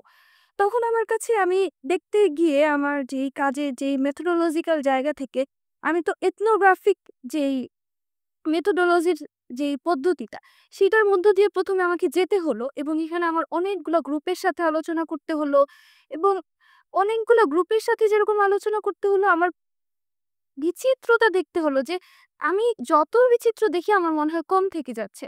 যেমন হচ্ছে আমি যদি ঢাকার রাস্তায় দেখি, আমার ঢাকার রাস্তার মধ্যেও বিচিত্র। আমার মিরপুরে একরকম, আবার দেখা যাচ্ছে একই কমননেস আছে। একই হচ্ছে কোথাও মানে যেখানে বলা হচ্ছে যে আ মুগ্ধর একটা কথা দিয়ে যে বলতেছে যে পানি লাগবে পানি। সেটা আবার মিরপুরে যেভাবে হচ্ছে ব্লাক একটা দিয়ে করা হচ্ছে, সেটা আমি দেখতে পাচ্ছি। আবার যদি শাহবাগে যাচ্ছি, এটা একদম ইয়েলো। ইয়েলো একটা কালার দিয়ে মানে একটা বোল্ড একটা জায়গা থেকে পানি লাগবে পানি। তারপর আমি আবার ঢাকা ইউনিভার্সিটির এরিয়াতে গেলে হয়তো দেখছি রেড। মানে এই যে বিচিত্রতা এবং ভিন্ন, ভিন্ন জায়গায়, এবং আমি বরিশালের একটা জায়গা থেকে, এবং এক্ষেত্রে আমি একটা বই ওয়াল গ্রাফিতি নিয়ে যে একটা বই বের হয়েছে ৩৬ জুলাই ইউপিএল থেকে বের হয়েছে। এই বইটার আমি বিশেষ সহায়তা পেয়েছি। কারণ পুরো বাংলাদেশের ছবিগুলা এখানে যুক্ত ছিল। তো ওই অ্যালবামে আমি দেখতে পাই যে সেখানে বরিশাল বা কোনো একটা অঞ্চলের একটা গ্রাফিতিতে দেয়া আছে যে শুধুমাত্র শহরকেন্দ্রিক ভাবলেই হবে না। আমি ১ম এ আমার চিন্তার জায়গায় অনেকটা ব্যান্সকিকে নিয়ে আলোচনা করতে চাচ্ছিলাম যে ব্যান্সকি ওই অনেকটা শহরকেন্দ্রিক, শহরের তার যে কমোডিফিকেশন কে সে অনেকটা নাকচ করে দিয়ে আসছেন, অনেকটা স্যাটারিক জায়গা থেকে দেখছেন, অনেকটা মানে আর্ট এবং অ্যাস্থেটিকের ইন বিটুইননেস কে নিয়ে কথা বলছেন, একটা ধাক্কা দিচ্ছেন। এটা কি প্রোটেস্ট নাকি হচ্ছে গিয়ে অ্যাস্থেটিক? তুমি বুঝে নাও, তোমার দায়িত্ব। ফলে আমি সরাসরি যেহেতু বুঝাচ্ছি না, তুমি আমাকে দায়ও দিতে পারবে না। তো আমি আমার প্রতিবাদটা করতে পারছি। এবং আবার সরাসরি কিছু প্রতিবাদও দেখছি যে তুমি শুধু শহরটাই বলবা, আমি আমার গ্রামকে নিয়েও কথা বলতে হবে। তো এই যে বিচিত্র জায়গা, সেখান থেকে আমি উম্বার্তো ইকোর যে চিন্তাটা, সেটাকে আমি আনতে চেষ্টা করেছি আমার থিসিসে আবার। মানে সেই একটু লম্বা করে যদি বলেন। একটু লম্বা করে যদি বলি, উম্বার্তো ইকো সে মেমোরি ড্রাইভেন যে আ মস্তিষ্কের বা আমাদের স্মৃতিতাড়িত যে আমাদের হচ্ছে সচেতনতার জায়গা, সেই সচেতনতার জায়গাটাকে ধরে তার কাজটা ছিল সাইন বা সিম্বলিজমের জায়গা থেকে সিম্বল কিভাবে রেজিস্ট্যান্স হয়ে ওঠে, সাইন কিভাবে সেমিওটিক্স এর জায়গা থেকে কিভাবে রেজিস্ট্যান্স হয়ে ওঠে, এবং এইখানে আমাদের মস্তিষ্কতাড়িত বা স্মৃতিতাড়িত সচেতনতা কিভাবে কমপ্লেক্সিটিস অ্যারাইজ করে, এবং যখন আমাদের মধ্যে কমপ্লেক্সিটি হবে তখন কনফিউশন হবে, এবং কনফিউশন যখন থাকবে তখন এটা ইটসেলফ একটা কম্পারেটিভ জায়গা চলে আসবে। কম্পারেটিভনেস যখন চলে আসবে তখন আমাদের মধ্যে কি হবে? আমাদের একটা কমননেসও চলে আসবে। কমননেস থাকবে, সিমিলারিটি, ডিসিমিলারিটি থাকবে। এই প্রত্যেকটা জিনিসকে আমি দেখতে পাচ্ছি জুলাই আন্দোলনে। কিভাবে দেখতে পাচ্ছি? আমি যেমন দেখতে পাচ্ছি সেই আ উম অরওয়েল, জর্জ অরওয়েলের 1984 এর ঘটনা। সেখানেও একই ফ্যাসিজম ছিল। সেখানেও একই রকম একটা চক্রাকারের বাস্তবতা ছিল। ঠিক একই রকমভাবে আমরা জহির রায়হানের বাস্তবতা দেখছি ওই সময়কার কথা। তারপরে আইয়ুব খানের সময়ের এখানে রাজনৈতিক আলাপ নিষিদ্ধ, সেই গ্রাফিতিও আমরা দেখতে পেয়েছি। সেখানে আবার লিখেছে কেটে দিয়ে আবার একটা গ্রাফিতিতে যেমন লেখা এখানে রাজনৈতিক আলোচনা নিষিদ্ধ, আলাপ নিষিদ্ধ, সেটাই কেটে আবার লিখেছে জরুরি। তার মানে কি? আমি কোথা থেকে আমাকে রিফ্লেক্স করছি। আমি আমাকে দেখছি এবং দেখাচ্ছি। আবার আমি একই জায়গায় দেখছি যে একটা ছবি ওয়াল গ্রাফিতি আঁকছে, এটা জেন জি এর প্রজন্ম। সেই যে আঁকছে তার অপোজিট সাইড থেকে সেই যেন তাকে রিপ্রেজেন্ট করছে। তাহলে কি হচ্ছে? আমি আমার একটা বাস্তবতাকে ক্রিয়েট করছি। আবার সেই বাস্তবতাকে নিয়ে লিখেছে আমরাই বর্তমান, আমরাই ভবিষ্যৎ। আমরাই তৈরি করব ভবিষ্যৎ। একবার এসেছে তুমিই বিপ্লব, একবার এসেছে আমিই বিপ্লব, আবার এসেছে আমরাই বিপ্লব। এই যে যুক্ততা, এই যে বিচিত্রতা, তার মধ্যে কিছু জিনিস থেকে যাচ্ছে, কিছু জিনিস মুছে যাচ্ছে। কিন্তু মস্তিষ্কের যে ব্যাপারটা, স্মৃতির যে ব্যাপারটা, আমি কিছুই আসলে মুছতে পারি না। আবার কিছুই কনক্রিট ভাবে রেখে দিতে পারি না। তার মধ্যেও কিছু জিনিস থেকে যায়। এর মধ্যে একটা কমন পয়েন্ট থেকে যায়। এই কমন পয়েন্টটা নিয়েই আমার থিসিসটা কাজ করার চেষ্টা। তার মানে ফর্মকে বা ল্যাটার্নটা আপনি বলতেছেন হেটারোজেনাস। এখানে মানে কোনো ইউনিক আসলে আমরা কোনো কিছু মানে আচ্ছা, আমি যদি বুঝে থাকি দারুণভাবে বলছেন। আপনি মুখ ধুয়ে শুনতেছিলাম। মানে হচ্ছে আ এখানে এক ধরনের হচ্ছে আপনার বিচিত্রতার মধ্যে এক ধরনের ফর্ম পাওয়া যাচ্ছে, যেটা হচ্ছে একটা বিচিত্রতার মধ্যে একটা আবার তেমনি কচুরিদেশের দিকে যায়। আর বিচিত্রতার একটা ঐক্য আছে। আবার আমি যদি ব্রুনো লাতুরের ভাষায় বলি, লাতুর বলতেছেন যে, "উই ওয়ার নেভার মডার্ন।" আমরা প্রতিটা আলোচনাই হচ্ছে আসলে আমাদের পূর্বের কোনো স্মৃতি, পূর্বের এখন আমরা আসলে মডার্ন হই নাই আমরা যেটা দাবি করি। আমাদের মধ্যে সেই আদিম মান বা আবার একই সাথে আমাদের ফর্মগুলা প্রতিবার আমাদের যে রেসিডিউ গুলা আসতেছে, সেগুলা একটা নতুন ধরনের এডিশন তৈরি করতেছে। আবার কিন্তু দেখাচ্ছি যে আমি ৭১ দেখিনি, ২৪ দেখেছি। একেবারেই পাশাপাশি এজন্য চলছে, তো বসাচ্ছে। ওর কাজটা কিন্তু বলছে রেসিডুয়াল অ্যাক্ট, রেজিস্ট্যান্স। মানে আবার কিন্তু আসলে আমি যখন ২৪ আসলে দেখাচ্ছি আমার মনে কিন্তু ৭১ কাজ করতেছে। ৭১ এর রেসিডিউ ইফেক্ট কিন্তু আমার ২৪ এ থাকবে। তার মানে শুধু তাই না, ৭১ এর আগেও আপনি যখন দেখতেছেন যে আইয়ুব খানের আন্দোলন, সেই দেখা গেল আরো আগের ব্রিটিশ বিরোধী আন্দোলন আমরা দেখি আবার মানে ইট ইজ ওই যে আমি যদি ওই সুকান্তের ভাষায় বলি মানে একটু কাব্যিকভাবে যে আদিম হিংস্র মানবতা দিদি মানে ওইটার যে একটা রেসিডিও প্রতিবার যখন জি, জি, জি। আপনাকে মাঝখানে একটু বলি। আবার দেখা যাচ্ছে যে শহীদ মিনার বা হচ্ছে স্মৃতিসৌধ ১৯৭১ লেখা সেটার স্তম্ভেই যেন পা দিয়ে এটা কিন্তু অসম্মান করা না, বরং আমি এই ভিত্তিটাকে দাঁড়িয়ে ওইখানে আবার একটা পতাকা ওই ৭১ এর ওই পতাকাটাকে আবার দাঁড় করে দেওয়া। মানে আমি যেটা ৭১ এ চেয়েছি সেই আমিটাই তো। মানুষ মূলত কি? অবদমন সহ্য করতে পারে না। মানুষ মূলত একই সেলফ এস্টিম দ্বারা তাড়িত হয়। সে অবদমন চায় না, সে অন্যায় চায় না। সে প্রত্যেকবার ওইটা ৭১ নামেই হোক, ওইটা যেই নামেই হোক, সে বারবার ঠিক আছে ১ বার, ২ বার, ৩ বার। কিন্তু একটা রিফ্লাক্স কিন্তু বিচিত্রভাবে সবার মধ্যে থেকে একটা সময় বের হয়ে আসে। তো ২৪ কে দেখাচ্ছে যে আমরা আর নিতে পারছি না। অনেক হয়ে গেছে। এবার এই ভিত্তিতেই দাঁড়িয়ে আমি আমার প্রতিবাদটা করছি এবং এই এই যে কমননেসটা এটা আমি বহুবার দেখেছি। আমার থিসিসে অনেকগুলো ছবি আছে। ৭১ এর ভিত্তিতেই ২৪ বা ৫২ এর ভিত্তিতেই ২৪ আবার সেখানে বহুমাত্রিক যুক্ততা। এখানে হচ্ছে আপনার মনে হয় সুকান্তর লাইনটা কমপ্লিট করা উচিত। করা উচিত। না হলে এটা একটা কনফিউশন থেকে যাবে অনেকের ক্ষেত্রে হয়তো। আমি এইজন্যই বলব যে কমপ্লিট লাইনটা যেহেতু সকলেই জানে যে আদিম হিংস্র মানবতার যদি আমি কেউ হই স্বজন হারানো শ্মশানে তোদের চিতা আমি তুলবই আর কি ফ্যান মানে ওই যে রেসিডি ইফেক্ট যেটা উম্বার্তো ইকো বলতেছে মানে আমার যে হচ্ছে কালেকটিভ যে মেমোরিটা রয়ে গেছে যে আমি বেসিক্যালি হচ্ছে আমি হ্যাভ নট দের দলে এবং হচ্ছে সাকিব একটু আগে যে কথাটা বলতেছিল যে হচ্ছে আমাকে যখন হচ্ছে না করা হচ্ছে আমাকে যখন বলা হচ্ছে যে এটা তোমার অধিকার নাই সেটা একদম আমরা প্রথমেই যে আলোচনাটা করলাম এই দেয়ালে লেখা যাবে না মানে দেয়ালটা যখন আমার সামনে একটা আমি অনেক সময় মানবো আমার প্রথম রেজিস্ট্যান্স হবে হচ্ছে দেয়ালে লেখার মতো এবং তার শেষ একটা ধাপ হচ্ছে গিয়ে আমি আসলে আমার জীবন দিয়ে দিচ্ছি আর আমি বলতেছি আমি জীবন দিয়ে দিব তাও আমি তোমার কথা মানাবো না। দিচ্ছি কেন? কারণ আমার তো উপায় নাই। আমি যখন একবার লিখে ফেলছি আমি তো আর সরে আসতে পারতেছি না। আমার তো আমার এখন এখানে মনে হয় আরেকটা প্রশ্ন আসে মানে সাকিব যদি মিথিসাইজেশনে যেতে চাইছে কিন্তু তার আগে মনে হয় আরেকটা আলাপ করে গেলে মনে হয় মিথিসাইজেশনের আলাপটা মিথের নাটক আরো মজার হবে। সেইটার ক্ষেত্রে একটা ব্যাপার আসলে এই যে আমি বা আমরা এটা কি কোনো সেন্টার দ্বারা কমন প্রাপ্ত মানে কোনো সেন্টার এটাকে বলছে নাকি আসলে তার সেলফ রিয়েলাইজেশনে অনেকগুলা কেন্দ্র হচ্ছে মানে যে আপনার যে সেকেন্ড যে মানে ফাইন্ডিং যেটা সেটা হচ্ছে যে আপনি যদি বলি টেম্পোরালিটি অফ রেজিস্ট্যান্স তাহলে সেইটাকে আপনি কিভাবে দেখছেন? মানে যেমন ধরেন যে, জি। যে হ্যাঁ, মানে এটা কি আসলে ধরেন উনি আমাদের নেতা। উনি বলবেন তারপরে ওই বরিশালে বা মিরপুরে রায় এসে হ্যাঁ, যেটাকে আমাদের ইতিহাস বলার ক্ষেত্রেও আমরা কিন্তু এরকম একটা কেন্দ্র ধরে একটা কিন্তু এই যে আপনার কাজে আছে টেম্পোরালিটি। এই টেম্পোরালিটি কিন্তু আসলে আমার মনে হয় যে এই যে এতদিনের যে স্টিরিওটিপিক্যাল যে আন্ডারস্ট্যান্ডিং মানে ইতিহাসকে বলা বা রেজিস্ট্যান্স কে বলা সাইকো এত সুন্দর মানে আপনি আসলে এই টেম্পোরারি দিয়ে কি বোঝাতে চান? আমি আসলে বোঝাতে চাইবো মূলত যে কেন্দ্রবিহীন কেন্দ্র। এই টেম্পোরালিটিটা হচ্ছে বহু কেন্দ্রের কেন্দ্র যেটা আসলে কোনো কেন্দ্রই না আবার যে মানে সেটাই হচ্ছে গিয়ে পুরো আন্দোলনটাকে এগিয়ে নিয়ে গেছে। আমি বলতে পারব না যে মিরপুরের ১০ নম্বরের যে আন্দোলনটা হয়, সেটাই কি আসলে আমার মূল কেন্দ্র ছিল? নাকি হচ্ছে শাহবাগে যেই আন্দোলনটা হয়, সেটাই কি মূল কেন্দ্র ছিল?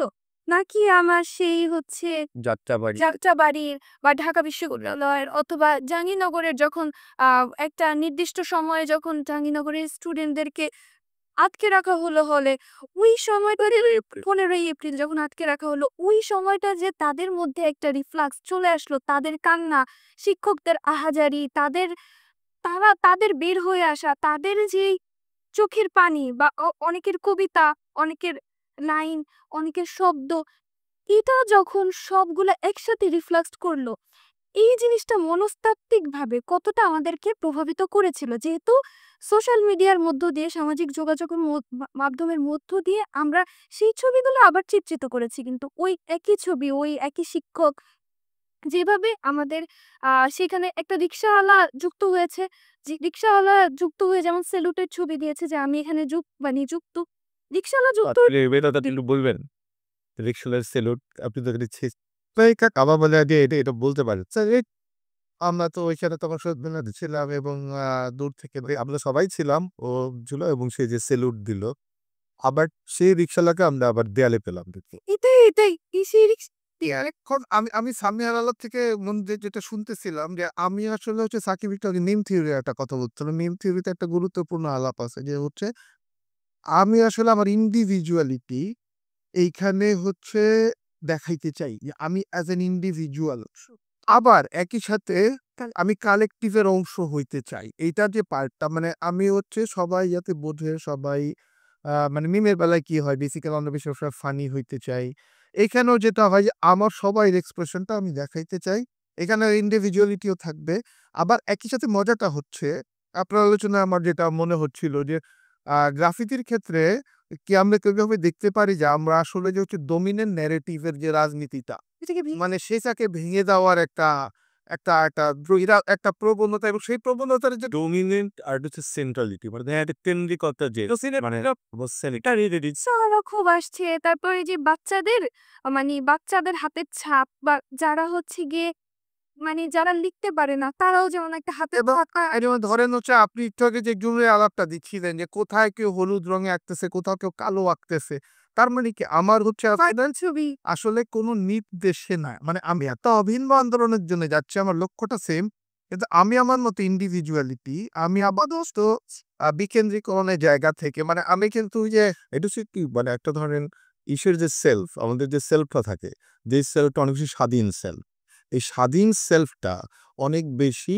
হচ্ছে ধরেন নিজেই একটা কেন্দ্রে হয় আবার নিজেই আবার সবার অংশ হয় এবং এটা পুরো বাংলাদেশ জুড়ে এই ঘটনাটাগুলো ঘটেছে এটা হচ্ছে গেমের মতো যে ধরেন একটা গেম আছে না যে এখানে আপনি একটা আটকালে আবার ৩টা জায়গাতে ৩টা মাথা উঠে বা আবার বা আইটার ক্ষেত্রে এটা হয় ক্ষেত্রে যে এখন ধরেন তাইলে মানে ধরেন এইটা একটা আমার কাছে খুব গুরুত্বপূর্ণ একটা আলোচনা যেটা মনে হলো তার মানে যখন হচ্ছে ওই আমার কোনো আন্দোলন যখন হচ্ছে আমার ওই হাইপার স্টেজে চলে যায় তখন আসলে সম্ভবত আমরা পরবর্তীতে হয়তো যে হেরোডোটাস থেকে শুরু করে অন্য অনেক ইতিহাসবিদরাই নানাভাবে তো আসলে ইতিহাসকে নিয়েও তো তারা আসলে কটাক্ষ করেন বা রোমেলা থাপার নতুন যুগে তারা বলতেছে যে ইতিহাস কে লিখে বা হচ্ছে আপনার ধরেন হচ্ছে এটা নিয়ে একটা দুর্দান্ত কবিতাও আছে আমি এই মুহূর্তে ভুলে গেছি যে ইতিহাস কে লিখে ইতিহাস আর বাটল ব্রেকটেন ব্রেকটের হ্যাঁ তো দেখেন এখানে তাহলে মনে হচ্ছে যে ইতিহাস আমরা আসলে ওই গ্রাফিতির একটা গুরুত্বপূর্ণ জায়গা এখন আমরা অনেক ইতিহাস বই লেখা হবে অনেকে বলবে অমুকে হচ্ছে আন্দোলনের মাস্টার মাইন্ড ছিলেন অমুকে আন্দোলনের সবকিছু করেছেন তার ডাকে সবাই সাড়া দিয়েছে কিন্তু মজার ব্যাপারটা আমরা দেখতেছি কোথা থেকে গ্রাফিতি ইটসেলফ একটা গুরুত্বপূর্ণ হয়ে দাঁড়াচ্ছে এই কারণে সে দেখাচ্ছে যে দেখো এক জায়গায় হলুদ এক জায়গায় কালো এক জায়গায় এগুলো এরকম ওলা কারো কেউ কিন্তু কোঅপারেট দাবি করছে কেউ না ওদের এবং হচ্ছে হ্যাঁ এটা এবং যার ফলে ইতিহাসকে যখন ওই ব্রেকটের ওই কবিতার ভাষায় আমরা বলতে পারি আসলে ইতিহাস কবিতা ছিল যে যখন আলেকজান্ডার যুদ্ধ করতেছে তখন তার রান্না কে করতেছিল তখন যখন পিরামিড তৈরি হচ্ছিল পিরামিড কি শুধু ফারাও তৈরি করছে ফারাও ভাই তৈরি করছে কিনা বা হচ্ছে আমরা আসলে হচ্ছে তাজমহল যে বলতেছি বা শাহজাহান কিন্তু শাহজাহান আর্জেন্টি ইট নিয়ে আসছে ইট নিয়ে আসছে কিনা আসলে এটা হলো হচ্ছে ইয়েস কার্ডেরও যে মানে মানে হোয়াট ইজ হিস্ট্রি তো এই তো সে বলতেছে যে ধরেন এই পাথরটা আলেকজান্ডার পার করে গেছেন এই জন্য পাথরই ইতিহাস কিন্তু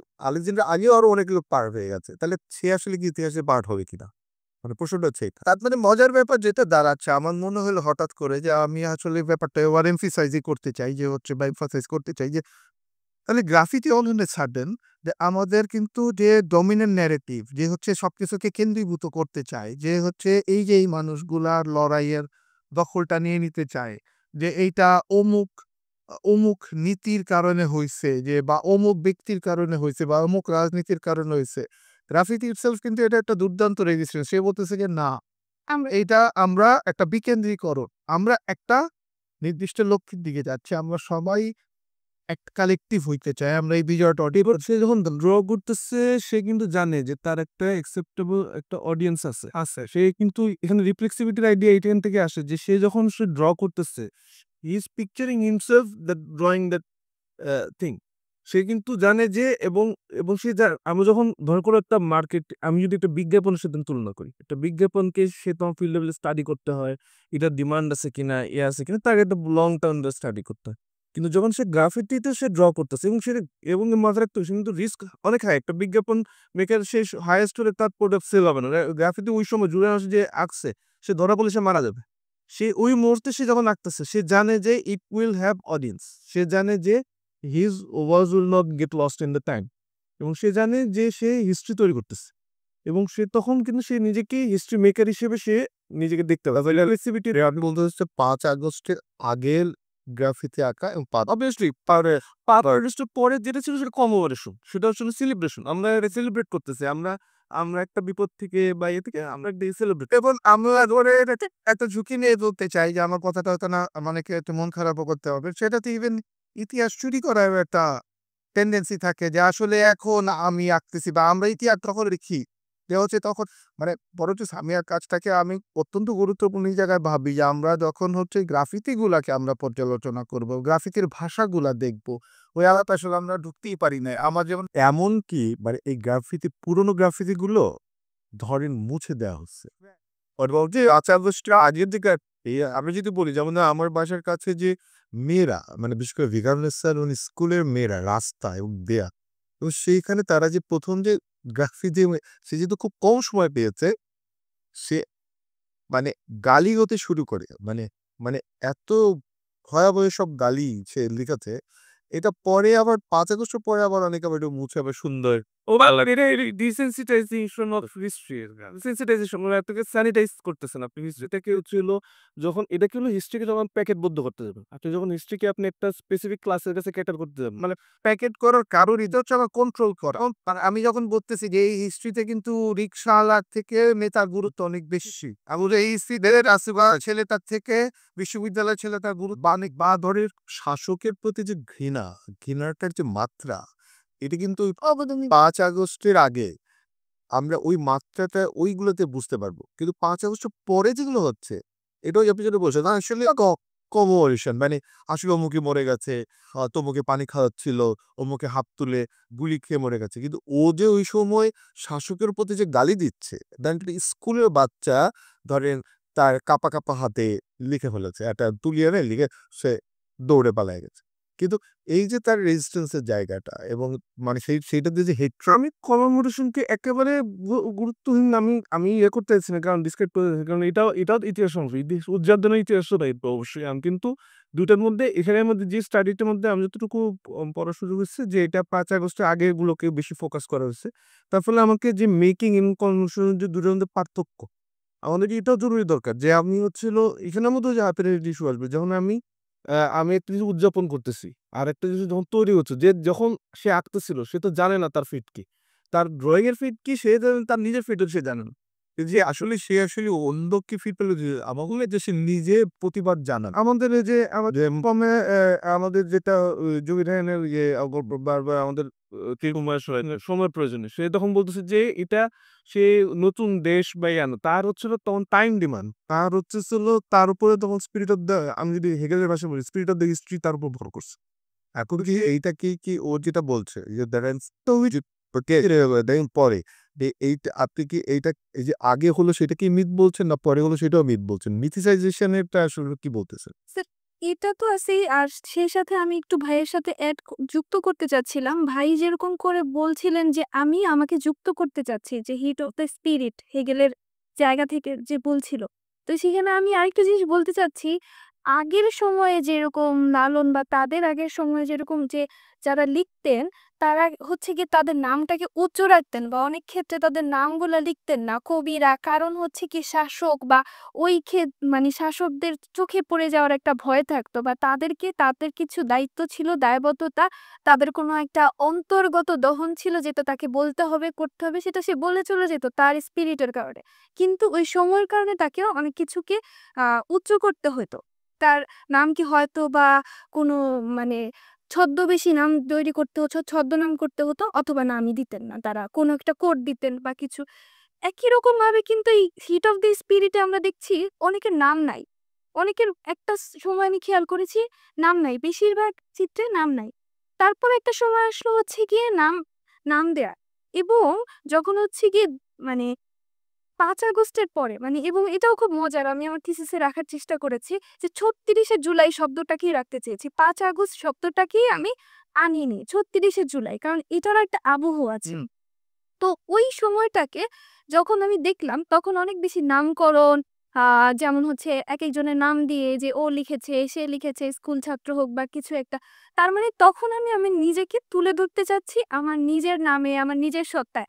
আগে যেটা করেছি আমি আমার নিজেকে তুলেছি আমার কাজে, আমার কষ্টে, যে কথার কথা একজন শিক্ষক হয়তো তাকে আঘাত করেছে। তার মনে হচ্ছে শিক্ষকই স্বৈরাচার। মানে ওই স্বৈরাচারকে সে এখানে প্রতিফলিত ভাবে দেখছে। মানে এই যে মানে আমি সহজ করে যদি বলি, আগে আমার ইন্ডিভিজুয়াল আর্টসটাকে আমি কালেক্টিভের মধ্যে মিশাই দিতে চাইতাম। সায় দিতে যখন যে সফল হয়ে গেলাম তখন যেগুলো যে আবার ইন্ডিভিজুয়াল গ্লোরি বা ইন্ডিভিজুয়াল ব্যাপারটাকে আমি এবার ফোকাস করি। ফোকাস করে সো এইটা সম্ভবত আন্দোলনের আগে এবং পরে ঐতিহাসিকভাবেই সম্ভবত একটা ঘটনা যেটা বারংবার হয়ে থাকে। আমার মনে হয় যে মিথিসাইজেশনের ব্যাপারটা মনে হয় প্রশ্নটা আমার আলোচনার আমারই খুব পছন্দের টার্ম ছিল এই মিথিসাইজিং, এই জায়গাটা। মানে আমার কাছে ভালো লেগেছিল, কারণ আমার কোথাও একটা মনে হলো কোথায় আন্দোলনটা ট্রিগার করলো, সবাইকে কোথায় ট্রিগার করলো, কারণ হচ্ছে একটা ইমোশন, আবেগটা ধরতে পেরেছে। প্রত্যেক আন্দোলনে ইমোশন থাকে, সব আন্দোলনে আবেগ থাকে, কিন্তু এই আবেগটা আমার কাছে মনে হলো ভিন্ন কেন? কারণ এখানে যেই ইমোশনটা আসছে এটা অনেক বেশি মিথ তাড়িত, মিথ ভর করা। এবং মিথ কোথায় বেশি থাকে? কোনো কিছু যখন প্রাকৃতিকীকরণ হয়, যেটা আমি আমার মধ্যে অনুভব করি, কিন্তু সেটা সবাই অনুভব করে, প্রত্যেকটা প্রজন্ম অনুভব করে, কিন্তু সেটার একটা কি থাকে, একটা হিস্ট্রিক্যাল গ্রাউন্ড থাকে, অথবা একটা ঘটনা সেখানে ঘটে বলে সেই ঘটনাকে আমি বলতে পারবো না ঘটনাটা ঘটে নাই। ঐতিহাসিকভাবে ঘটনাটা ঘটে এবং তার সাথে কি থাকে, আমার মনের একটা চিন্তা পরিকল্পনা থাকে যে আমি সেই ঘটনায় ভর করে কোথাও না কোথাও চিত্র আঁকতে পারি, ছবি তৈরি করতে পারি। সেই ছবিটা আমি এখানেও দেখি। যখন আমি দেখি একজন মুগ্ধ নিরস্ত্র একটা ছেলে, যখন সে হচ্ছে তাও প্রাইভেট বিশ্ববিদ্যালয়ের একজন ছেলে, যার কোনো প্রয়োজন নেই, যে কোনো টাকার প্রয়োজন নেই বা কোনো প্রয়োজন নেই, না ক্যাপিটাল রেশনাল দিয়ে তা বোঝা যায়। চায়। হ্যাঁ, সাধারণ অর্থে বা কোনো রাজনৈতিক জায়গা থেকে আমি বুঝবো না। সে পানি সাহায্য করতে আন্দোলনে আসলো। কখনো হাস্যকর লাগছে, কখনো আবেগতাড়িত লাগছে, কখনো কষ্ট হচ্ছে। এটা ঘটনাটা আমি ভেতরে ঢুকলে অবাক লাগবে। কি হচ্ছে এটা? সেই বাচ্চাটা পানি লাগবে পানি, এবং স্লোগানটাও কি বেশি আবেগতাড়িত একটা স্লোগান। পানি লাগবে পানি শব্দটা কি? সেই ছেলেটার হাতে একটা পানির বোতলও ছিল এবং ওর চোখে বা মাথায় এমন সেনসিটিভ জায়গায় গুলি লাগলো। এই যে আবেগটা, এখন সে নিজেই একটা মিথে পরিণত হয়ে গেল। কিভাবে মিথে পরিণত হলো? তার নামটাও খুব মিথিক্যাল, মুগ্ধ। মানে বাংলাদেশের টার্মে, শব্দগত টার্মে, অর্থগত জায়গা থেকে আমরা যদি দেখি, মুগ্ধ। আমি কিসে মুগ্ধ হব? এই মুগ্ধতা আমার কেন তৈরি হবে? এবং দ্বিতীয়ত হচ্ছে গিয়ে পানি। যে পানিকে আমি সবাই চিনি, এবং এই পানি নিয়ে আমি এত বেশি গ্রাফিতে দেখেছি। মানে কোথাও দেখেছি নতুন জোয়ারে ভাসবে ভাসবে তুমি, কোথাও দেখেছি আহ, উম, আহ, এ কি নতুন এই সিন্দাবাদ, এবার তুমি নতুন নতুন পথে যাও। মানে সবসময় আমার এটা ফানি বন ওইটার সাথে কি ধরনের কেন আসছে সেমিয়ে কেনটা থেকে, জি আমার মনে হলো যে এই মুগ্ধ থেকে, এই ভিত্তিটা থেকে, এই যে গুলির ঘটনাটা যেমন ঐতিহাসিক, মানে এটা যেমন একটা মিথ তৈরি হয়ে গেল, এবং মুগ্ধ এবং পানি। এরপর আমি যা যা দেখছি, পানি লাগবে পানি, এটা থেকে চলে আসলো স্বাধীনতা লাগবে স্বাধীনতা। মানে কিভাবে এটা মিথে পরিণত হলো? পানির ছাঁচে আমি স্বাধীনতাকে দেখছি। এবং পানি বলতে আমি কি বুঝি? পিওইডি সাধারণত পানির সাথে একটা ইতিহাস যুক্ত থাকে। আমার দেশ হচ্ছে গিয়া নদীমাতৃক দেশ। সেখানে কি আছে যে শক্ত হাতে হাল ধরো, তারপরে হচ্ছে অনেক ফোক সং আছে, অনেক নদীমাতৃক সং গুলা, অনেক বেশি গানগুলো এসেছে। কিন্তু যখন ঘটনার মুগ্ধতার এই স্রোতটা চলে আসলো, তখন এই যে আগেও যে আমাদের যুদ্ধ হয়েছে, আমাদের মুক্তিযুদ্ধ হয়েছে, তারপরে গণ আন্দোলন হয়েছে, সবসময় কিন্তু আমরা দেখেছি যে আমাদের নদীমাতৃক ভাটিয়ালি, তারপর এইসব গানগুলা ঠিক কিন্তু আমি একটু বলি, আমি বুঝতেছি, সরি সামিয়া। মানে আমাদের কি তাহলে হচ্ছে আপনি মিথের কথা বলতেছিলেন। আমরা কি তাহলে এখানেও কোন রকম ওই যে জোসেফ ক্যাম্বেলের হিরোস জার্নি বা ধরেন হিরো হয়ে ওঠা, আমাদের মধ্যেও ধরেন একটা হিউম্যান বিইং এর তো আসলে গল্প খুব পছন্দ এবং আমরা আসলে ওইটা হয়ে উঠতে পারি না। কিন্তু দেখা যাচ্ছে যে মুগ্ধ হয়তো সেই জায়গাটায় এটা অনেক বেশি আসলে রোলা বার্থের জায়গা থেকে বলে থাকা মানে বার্থের যে নৃত্যের যে জার্নি সেটা যে ওখানে বাট যেরকম দেখাচ্ছিল মিথটা হচ্ছে সেকেন্ড অর্ডারের একটা অর্থ তৈরি করে, মানে সেকেন্ড লেয়ারের একটা অর্থ তৈরি করে।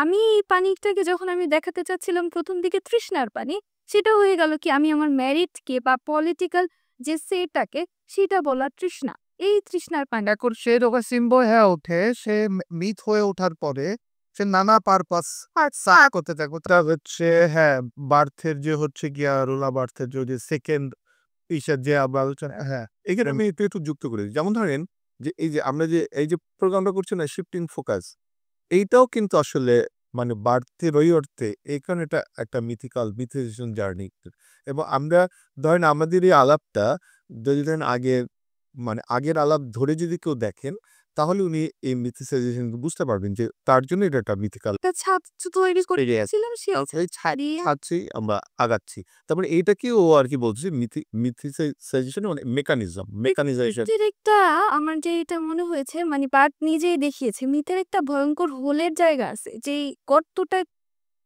গর্তটার মধ্যে আমি একটা কিছু বসাতে পারি। সেটা আমার পলিটিক্যাল ভাবে যদি আমার ইন্টেনশন যেরকম থাকে, সেইটা দিয়ে কিন্তু আমি ২ টা দিকই তৈরি করতে পারি। আমি কি বলতে চাচ্ছি, কারণ মিথকে মানুষ বিশ্বাস করে। মিথকে আমি একবার যখন শক্তি দিয়ে ফেললাম, এই মিথের শক্তিতে ভর করে আমি নতুন অর্থ তৈরি করতে পারি। ওই যে যখন আমি বললাম যে পানি লাগবে পানি, সেনসিটিভ ইস্যু হয়ে গেছে। তারপরে তৃষ্ণা, তারপরে চিন্তা এবং শেষে স্বাধীনতা লাগবে স্বাধীনতা।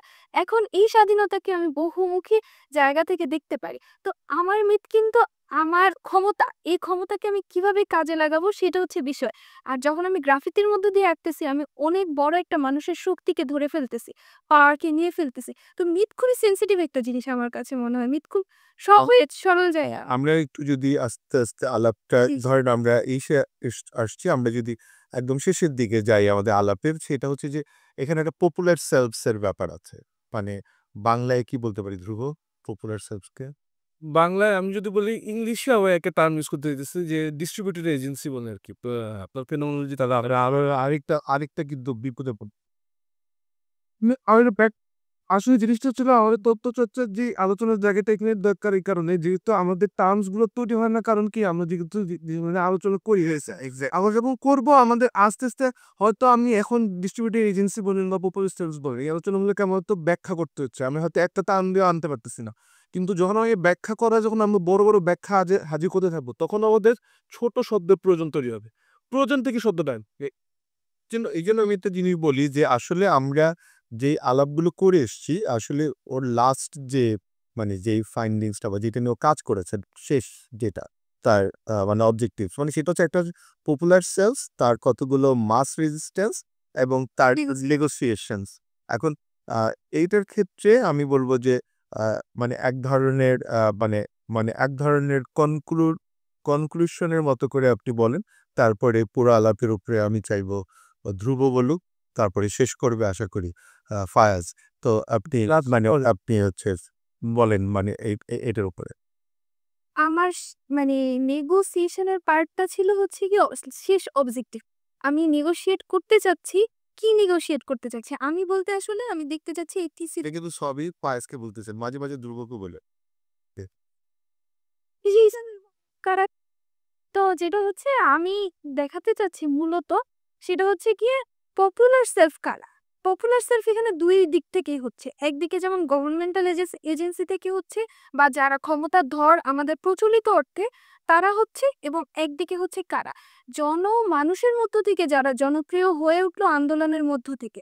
এবং দুই দিক থেকে মানুষের মধ্য থেকেই হচ্ছে, কারণ একটা বৃহৎ অর্থের মানুষ বা মাস পিপল তারা তাদেরকে ধারণ করছে কিভাবে। আমি যদি দেখি ডিবি হারুনকে যদি দেখি এবং যদি আমি মুগ্ধকে দেখি, দুইটা জায়গাকে আমি যদি পাশাপাশি বসাই, এরা দুইজনই আমার পপুলার সেলফ আমি দেখছি, এবং তাদের মধ্যে নেগোসিয়েশন হচ্ছে। এখানে আমি আমার রিক্সাওয়ালাকেও পপুলার সেলফের জায়গা থেকে আনছি। এই নেগোসিয়েশন গুলাকে আমি দেখব কোন কোন কেন্দ্র থেকে। যখন ডিবি হারুন হিরো হয়ে গেল, আমরা দেখলাম সোশ্যাল মিডিয়ার মধ্য থেকে ডিবি হারুন হিরো হয়ে গেল। কিভাবে তিনি হিরো হয়ে গেলেন? তিনি হচ্ছে গিয়ে সেলিব্রিটিদেরকে অনেক বেশি সাহায্য করতেন, তাদের হচ্ছে গিয়ে সাইবার প্রবলেমগুলো সমাধান করে দিতেন, তখন সে হিরো হয়ে গেল।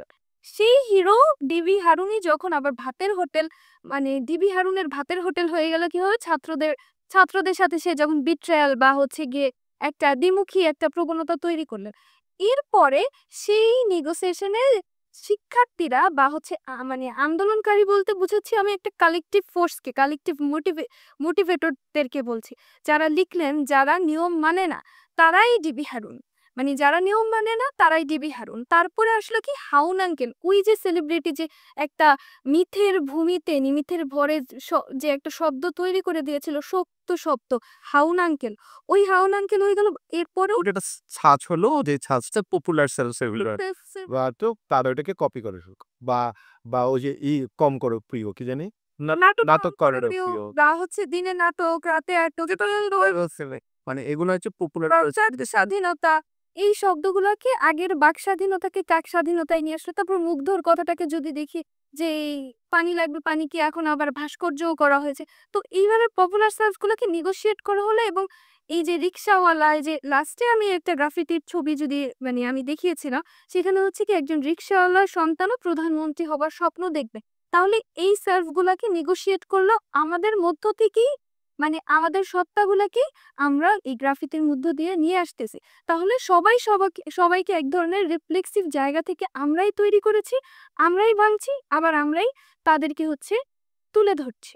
ওকে, ধন্যবাদ। আমার মনে হয় ধ্রুব আপনার মতো করে একটা মানে এটা আমি আমার পজিশন থেকে আমি এটা দেখি যে বাস্তবতা হচ্ছিল, ধরেন আমরা যখন ইনস্টিটিউশন বলি, আমাদের আসলে যখন আমরা একটা স্ট্রাকচারালি চিন্তা করি, যখন আমি একটা দেখি যে ধরেন যেমন একটা ভাষা ইনস্টিটিউট বা সামথিং কিছু একটা দেখতেছি, এটা ইনস্টিটিউট বলতে আমাদের বিল্ডিং বা একটা স্ট্রাকচার কল্পনা আসে। আসলে তো ইনস্টিটিউটের মূল ফ্যাক্টর হচ্ছে হলো যে মানুষরা যে কমন প্র্যাকটিস, সেটি হচ্ছে ইনস্টিটিউট। আপনি সেই বিল্ডিং এর মধ্যে করতে পারেন, একটা গাছতলা তো ভাষা ইনস্টিটিউট বানাতে পারেন, যদি সেখানে গিয়ে আপনি ভাষা প্র্যাকটিস করেন। তো একটা group of people doing the same thing and এটা করে যে valuable thing, which is being valued, এটা কমন প্র্যাকটিসের ব্যাপারে আসে।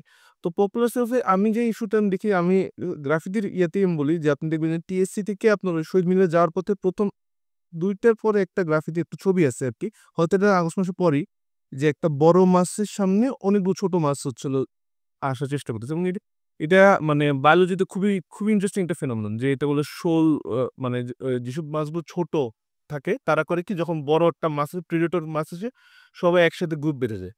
গ্রুপ বেঁধে হচ্ছিল সে একটা বড় মাছের মতন একটা অবয়ব নেওয়ার চেষ্টা করে, তখন ওই ভয়ে যে অ্যাকচুয়াল বড় মাছ সে পালায় যায়। সো এদের this is called distributor agency. কেন? এতে জর্জ কার্লিয়ার ভাষায় একটা শব্দ একটা কথা আছে আর কি, বলে যে you don't need a conspiracy when the interest converge. আপনার যখন একটা লক্ষ্য এক হয়ে যায়, আপনি আপনার জিনিসটা কি যে আন্দোলনের সময় ঐক্য দেখি, পরে ঐক্য দেখি না। ইস্যুটা হচ্ছে আপনার ইন্টারেস্টে।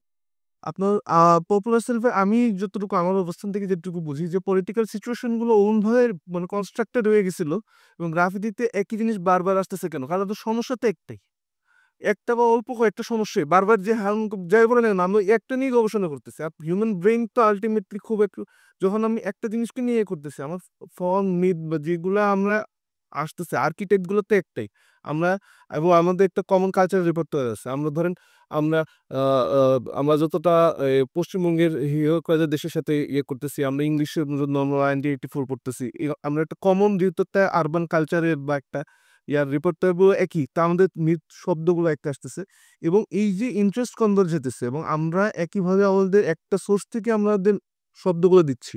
আমাদের এই এই ইউনিটির জায়গাটাই কিন্তু আসলে একটা একটা সেলফ কনস্ট্রাক্ট করতেছে। ধন্যবাদ ধ্রুব। আমি হচ্ছে ফায়ারের কাছে যাওয়ার আগে শুধু একটা ব্যক্তিগত অভিজ্ঞতা বলতে চাই। সেটা হচ্ছে যে আ সামিয়া যখন এই কাজটা করে, সামিয়া হচ্ছে যখন 3rd ইয়ারে পড়ে তখন ওর সাথে আমি মানে ক্রিটিক্যাল থিওরিজ ওদেরকে আমি পড়াই। সেই থেকেই ও আসলে যা কিছুই লেখে ও সবসময় আমার সাথে ডিসকাস করে এবং এইটার প্রায় প্রতিটা স্টেপ সে আমাকে বারবার এবং দিন নাই রাত নাই, সময় নেই অসময় নাই আমাকে সে পাঠাতো এবং আমি পড়তাম এবং আমি ফিডব্যাক দিতাম এবং ২ জন মিলে আসলে অনেকগুলো জিনিস আসলে এখানে আমরা জেনারেট করেছি থিওরিটিক্যাল ফ্রেমওয়ার্ক দিয়ে শুরু করে। তো আমরা এই কাজটা এখানে নিয়ে আসলাম। আ আমার মনে হয় এখন ফায়াজ হচ্ছে একটা মানে শেষ মানে আজকের জন্য জবনিকা পাঠ করবেন। ফায়াজকে মানে জব জবনিকা টানতে বলছি। হ্যাঁ, ধন্যবাদ আপনাদের ৩ জনকেই। আ মান্নু ভাই এবং সাকিব এই ২ জন আমার খুবই কাছের মানুষ। তারা ওর সাথে থাকবেন। বিশেষভাবে ধন্যবাদ সামিয়াকে এবং সামিয়ার এত গুরুত্বপূর্ণ একটা আলোচনা আমরা অনেক লম্বা সময় ধরে হয়তো করতে পারতাম। কিন্তু আ আমার মনে হয় দর্শকের আগ্রহ এবং আ উস্কানোর জন্য আমরা যথেষ্টই আলোচনা করেছি। আমাদের উদ্দেশ্যও ছিল যে সেটা। এবং আমরা বহুদিন ধরেই আমি আলা অনেকেই বলছেন, আমাকে বলছেন, মান্নু ভাইকেও বলছেন যে হচ্ছে আমরা যেসব এই ধরনের আ সেমি একাডেমিক যে আলোচনাগুলা করি, সাকিব থাকে, আমাদের আরো কিছু বন্ধুরা থাকে। হয়তো আমরা সামনের দিনে আমরা চেষ্টা করব। ফলে আজকের আলোচনাটা কেমন হইলো? আমরা বারবার যেটা বলতেছিলাম যে হচ্ছে আজকের আলোচনাটা আসলে দেখা যাবে পূর্ণতা পাবে লোকজনের ফিডব্যাকে। মানে আমরা তো আসলে যে ধরনের আলোচনা করতে চাই, এখন দুর্ভাগ্যজনকভাবে হয়তো এই আলোচনাটা আমরা ভার্চুয়ালি করতে হবে। হয়তো আমাদের রেসপন্স আসবে এবং তার পরবর্তীতে হয়তো আমরা প্ল্যান সাজাতে পারবো যে আমরা আ আরো কি ধরনের আলোচনা শুনতে চাই, কাদের থেকে শুনতে চাই এবং আমি আসলে ওপেনলি আমি এবং মান্নু ভাই বিশেষত আমরা ওপেনলি লোকজনকে আহ্বান জানাবো যে এই ধরনের আ তত্ত্বগত এবং আমাদের বাস্তব সমস্যাজনিত ব্যাপারগুলো নিয়ে আমরা সামনের দিনে আরো কথা বলতে চাই। তো আজকে খুবই গুরুত্বপূর্ণ একটা আলোচনা আমরা যদি সামারি টানি খুব সংক্ষেপে যে তাহলে দেখব যে হচ্ছে আমরা ১ম এ যেটা দেখলাম যে গ্রাফিতির ওয়াল। আমরা ১ম এ যে এস্টাবলিশ করলাম যে ওয়াল হচ্ছে আমার হ্যাভ এবং হ্যাভ নট, পাওয়ার এবং পাওয়ারলেস এর মধ্যে যে ব্যারিয়ার এবং আমরা যদি হচ্ছে সেই স্পেসটাকে ১ম এ হচ্ছে ট্রান্সগ্রেস করা। তারপরে সেখানে হচ্ছে আমার রিফ্লেক্স এবং হচ্ছে আমার যে সঞ্চিত আমার যে হচ্ছে আউটসাইড থেকে আমার যে আ ক্ষোভ, দুঃখ, আমার ঐতিহাসিক রেসিডিউ সেইগুলাকে আমি হচ্ছে এক ধরনের এক্সপ্রেশন হিসাবে ব্যবহার করা এবং প্রবাবলি মোস্ট ইন্টারেস্টিংলি এবং ইন্ট্রিগিংলি যে হচ্ছে গ্রাফিতি আসলে আমাদের সবচেয়ে সম্ভবত এবং ট্রু হিস্ট্রি যদিও শব্দটা খুবই মানে ডিবেটেবল শোনাইতে পারে যে এক ধরনের যে জনগণের যে আকাঙ্ক্ষার যে শক্তি এবং সাকিবও এটা বলতেছিলেন যে সময় আসলে ছোট মাছগুলো বড় হয়ে গিয়ে একটা বিশাল একটা রূপ দেয়। সামিহ যেটা বারবার বলতেছিলেন যে হচ্ছে আমরা আন্দোলন যখন হচ্ছে মানে ব্যক্তি যখন কালেকশন সমসাময়িকটা পেরে যেটাই হয়, হ্যাঁ। তো সেই সময়ের খুবই গুরুত্বপূর্ণ একটা দলিল এবং দুর্ভাগ্যজনকভাবে আমরা বারবারই দেখি যে হিস্ট্রি যখন হচ্ছে লেখা হচ্ছে তখন দেখা যাচ্ছে যে সেগুলাকে ইগনোর করে এক ধরনের হচ্ছে ডমিন্যান্ট ন্যারেটিভ লেখা বা হচ্ছে ওই ইতিহাসকে আসলে নিয়ন্ত্রণ করার যে চেষ্টা। তো সামিয়ার কাজটা খুবই গুরুত্বপূর্ণ সেই জায়গায় যে হচ্ছে উনি আসলে আমাদের জন্য বা আমরা যারা হচ্ছে এই নিয়ে কাজ করতেছেন, ইতিমধ্যে আমরা ওই যে ইউপিএল এর একটা বইয়ের কথা শুনলাম। আমি সম্ভবত ইউল্যাব এর একটা ছেলেও সম্ভবত এই নিয়ে কাজ করেছে। তা খুব গুরুত্বপূর্ণ একটা এভিনিউ হচ্ছে যে এই কাজগুলা, এই গ্রাফিতি গুলা, এই আলোচনাগুলা আমরা বারবার বলতেছি যে আমাদের এই আলোচনাগুলাও আসলে হচ্ছে ইতিহাসের বিনির্মাণে ভূমিকা রাখবে। হ্যাঁ, এখানেও দেখা যাচ্ছে যে হচ্ছে ওই যে আমরা রোলা বার্তার কথা বলতেছিলাম সেখানে মিথিটাইজেশন এর একটা ভূমিকা রাখে। বা আমরা যদি হচ্ছে বলি যে হচ্ছে একটা গুরুত্বপূর্ণ থিওরি আছে যে কপি ইটসেলফ আসলে কখনো কপি না। কপি ইটসেলফ হচ্ছে সে নতুন একটা অথেন্টিক ফর্ম নিয়ে আসে। সো যেইজন্য আসলে আমরা প্রচুর আলোচনা করতে চাই। যে হচ্ছে আসলে ওই যে জিজের যেটা বলতেছেন যে আমরা আসলে প্রচুর কাজ করে ফেলছি। এখন আমাদের সময় হচ্ছে আলোচনা করার। আমরা হচ্ছে আমরা কিন্তু এটা করি নাই। সামিয়া খুবই গুরুত্বপূর্ণ ওই জায়গায় একটা স্টেপ রাখছে যে আমি জানি না আসলে হচ্ছে আসলে আমরা এই প্রোগ্রাম আসলে কতখানি লোকের কাছে সাড়া পড়তে পারবে। বাট আমাদের দিক থেকে একটা অ্যাপিল থাকবে যে আমরা এই ধরনের আলোচনাগুলো করতে চাই। আমরা তথ্য বিশ্লেষণ করতে চাই। আমাদের এখানে সাকিব আছেন এবং আমার অন্য বন্ধুরা যারা আছেন তারা হয়তো নিয়মিত আসবেন এবং আমি চাই যে আপনারা আমাদের সাথে যোগাযোগ করেন।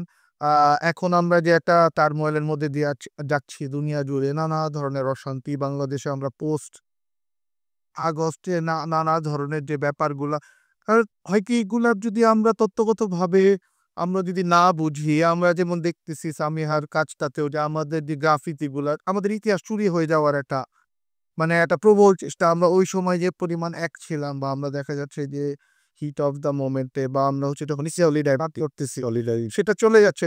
ফলে সেই জায়গা থেকে আমরা যারা তথ্য নিয়ে আসলে নামটাও যে হ্যাঁ, আমরা যেভাবে তত্ত্ব নিয়ে যারা কাজ করতে চাই, আমরা যারা তত্ত্বকে গুরুত্ব দিতে চাই। সাকিবও বলতেছিলেন যে আমাদের মধ্যে দেখা গেল একটা কলোনিয়াল হ্যাংওভার আছে। আমরা বলি আরে তত্ত্ব কোনো কাজের বিষয় না। ফলে আমাদের ভাষা পর্যন্ত তৈরি হচ্ছে না।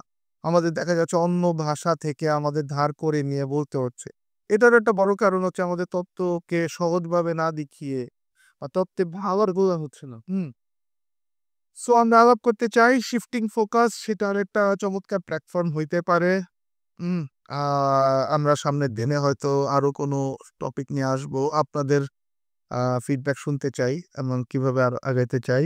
সামিয়াকে বিশেষভাবে ধন্যবাদ। মান্নু ভাইয়া, সাকিব তো যেকোনো কিছুতেই সাথে থাকেন। তাদেরকেও ধন্যবাদ। শিফটিং ফোকাস টিমকে ধন্যবাদ। সামনে কোনো এক সময় আবার কথা হবে।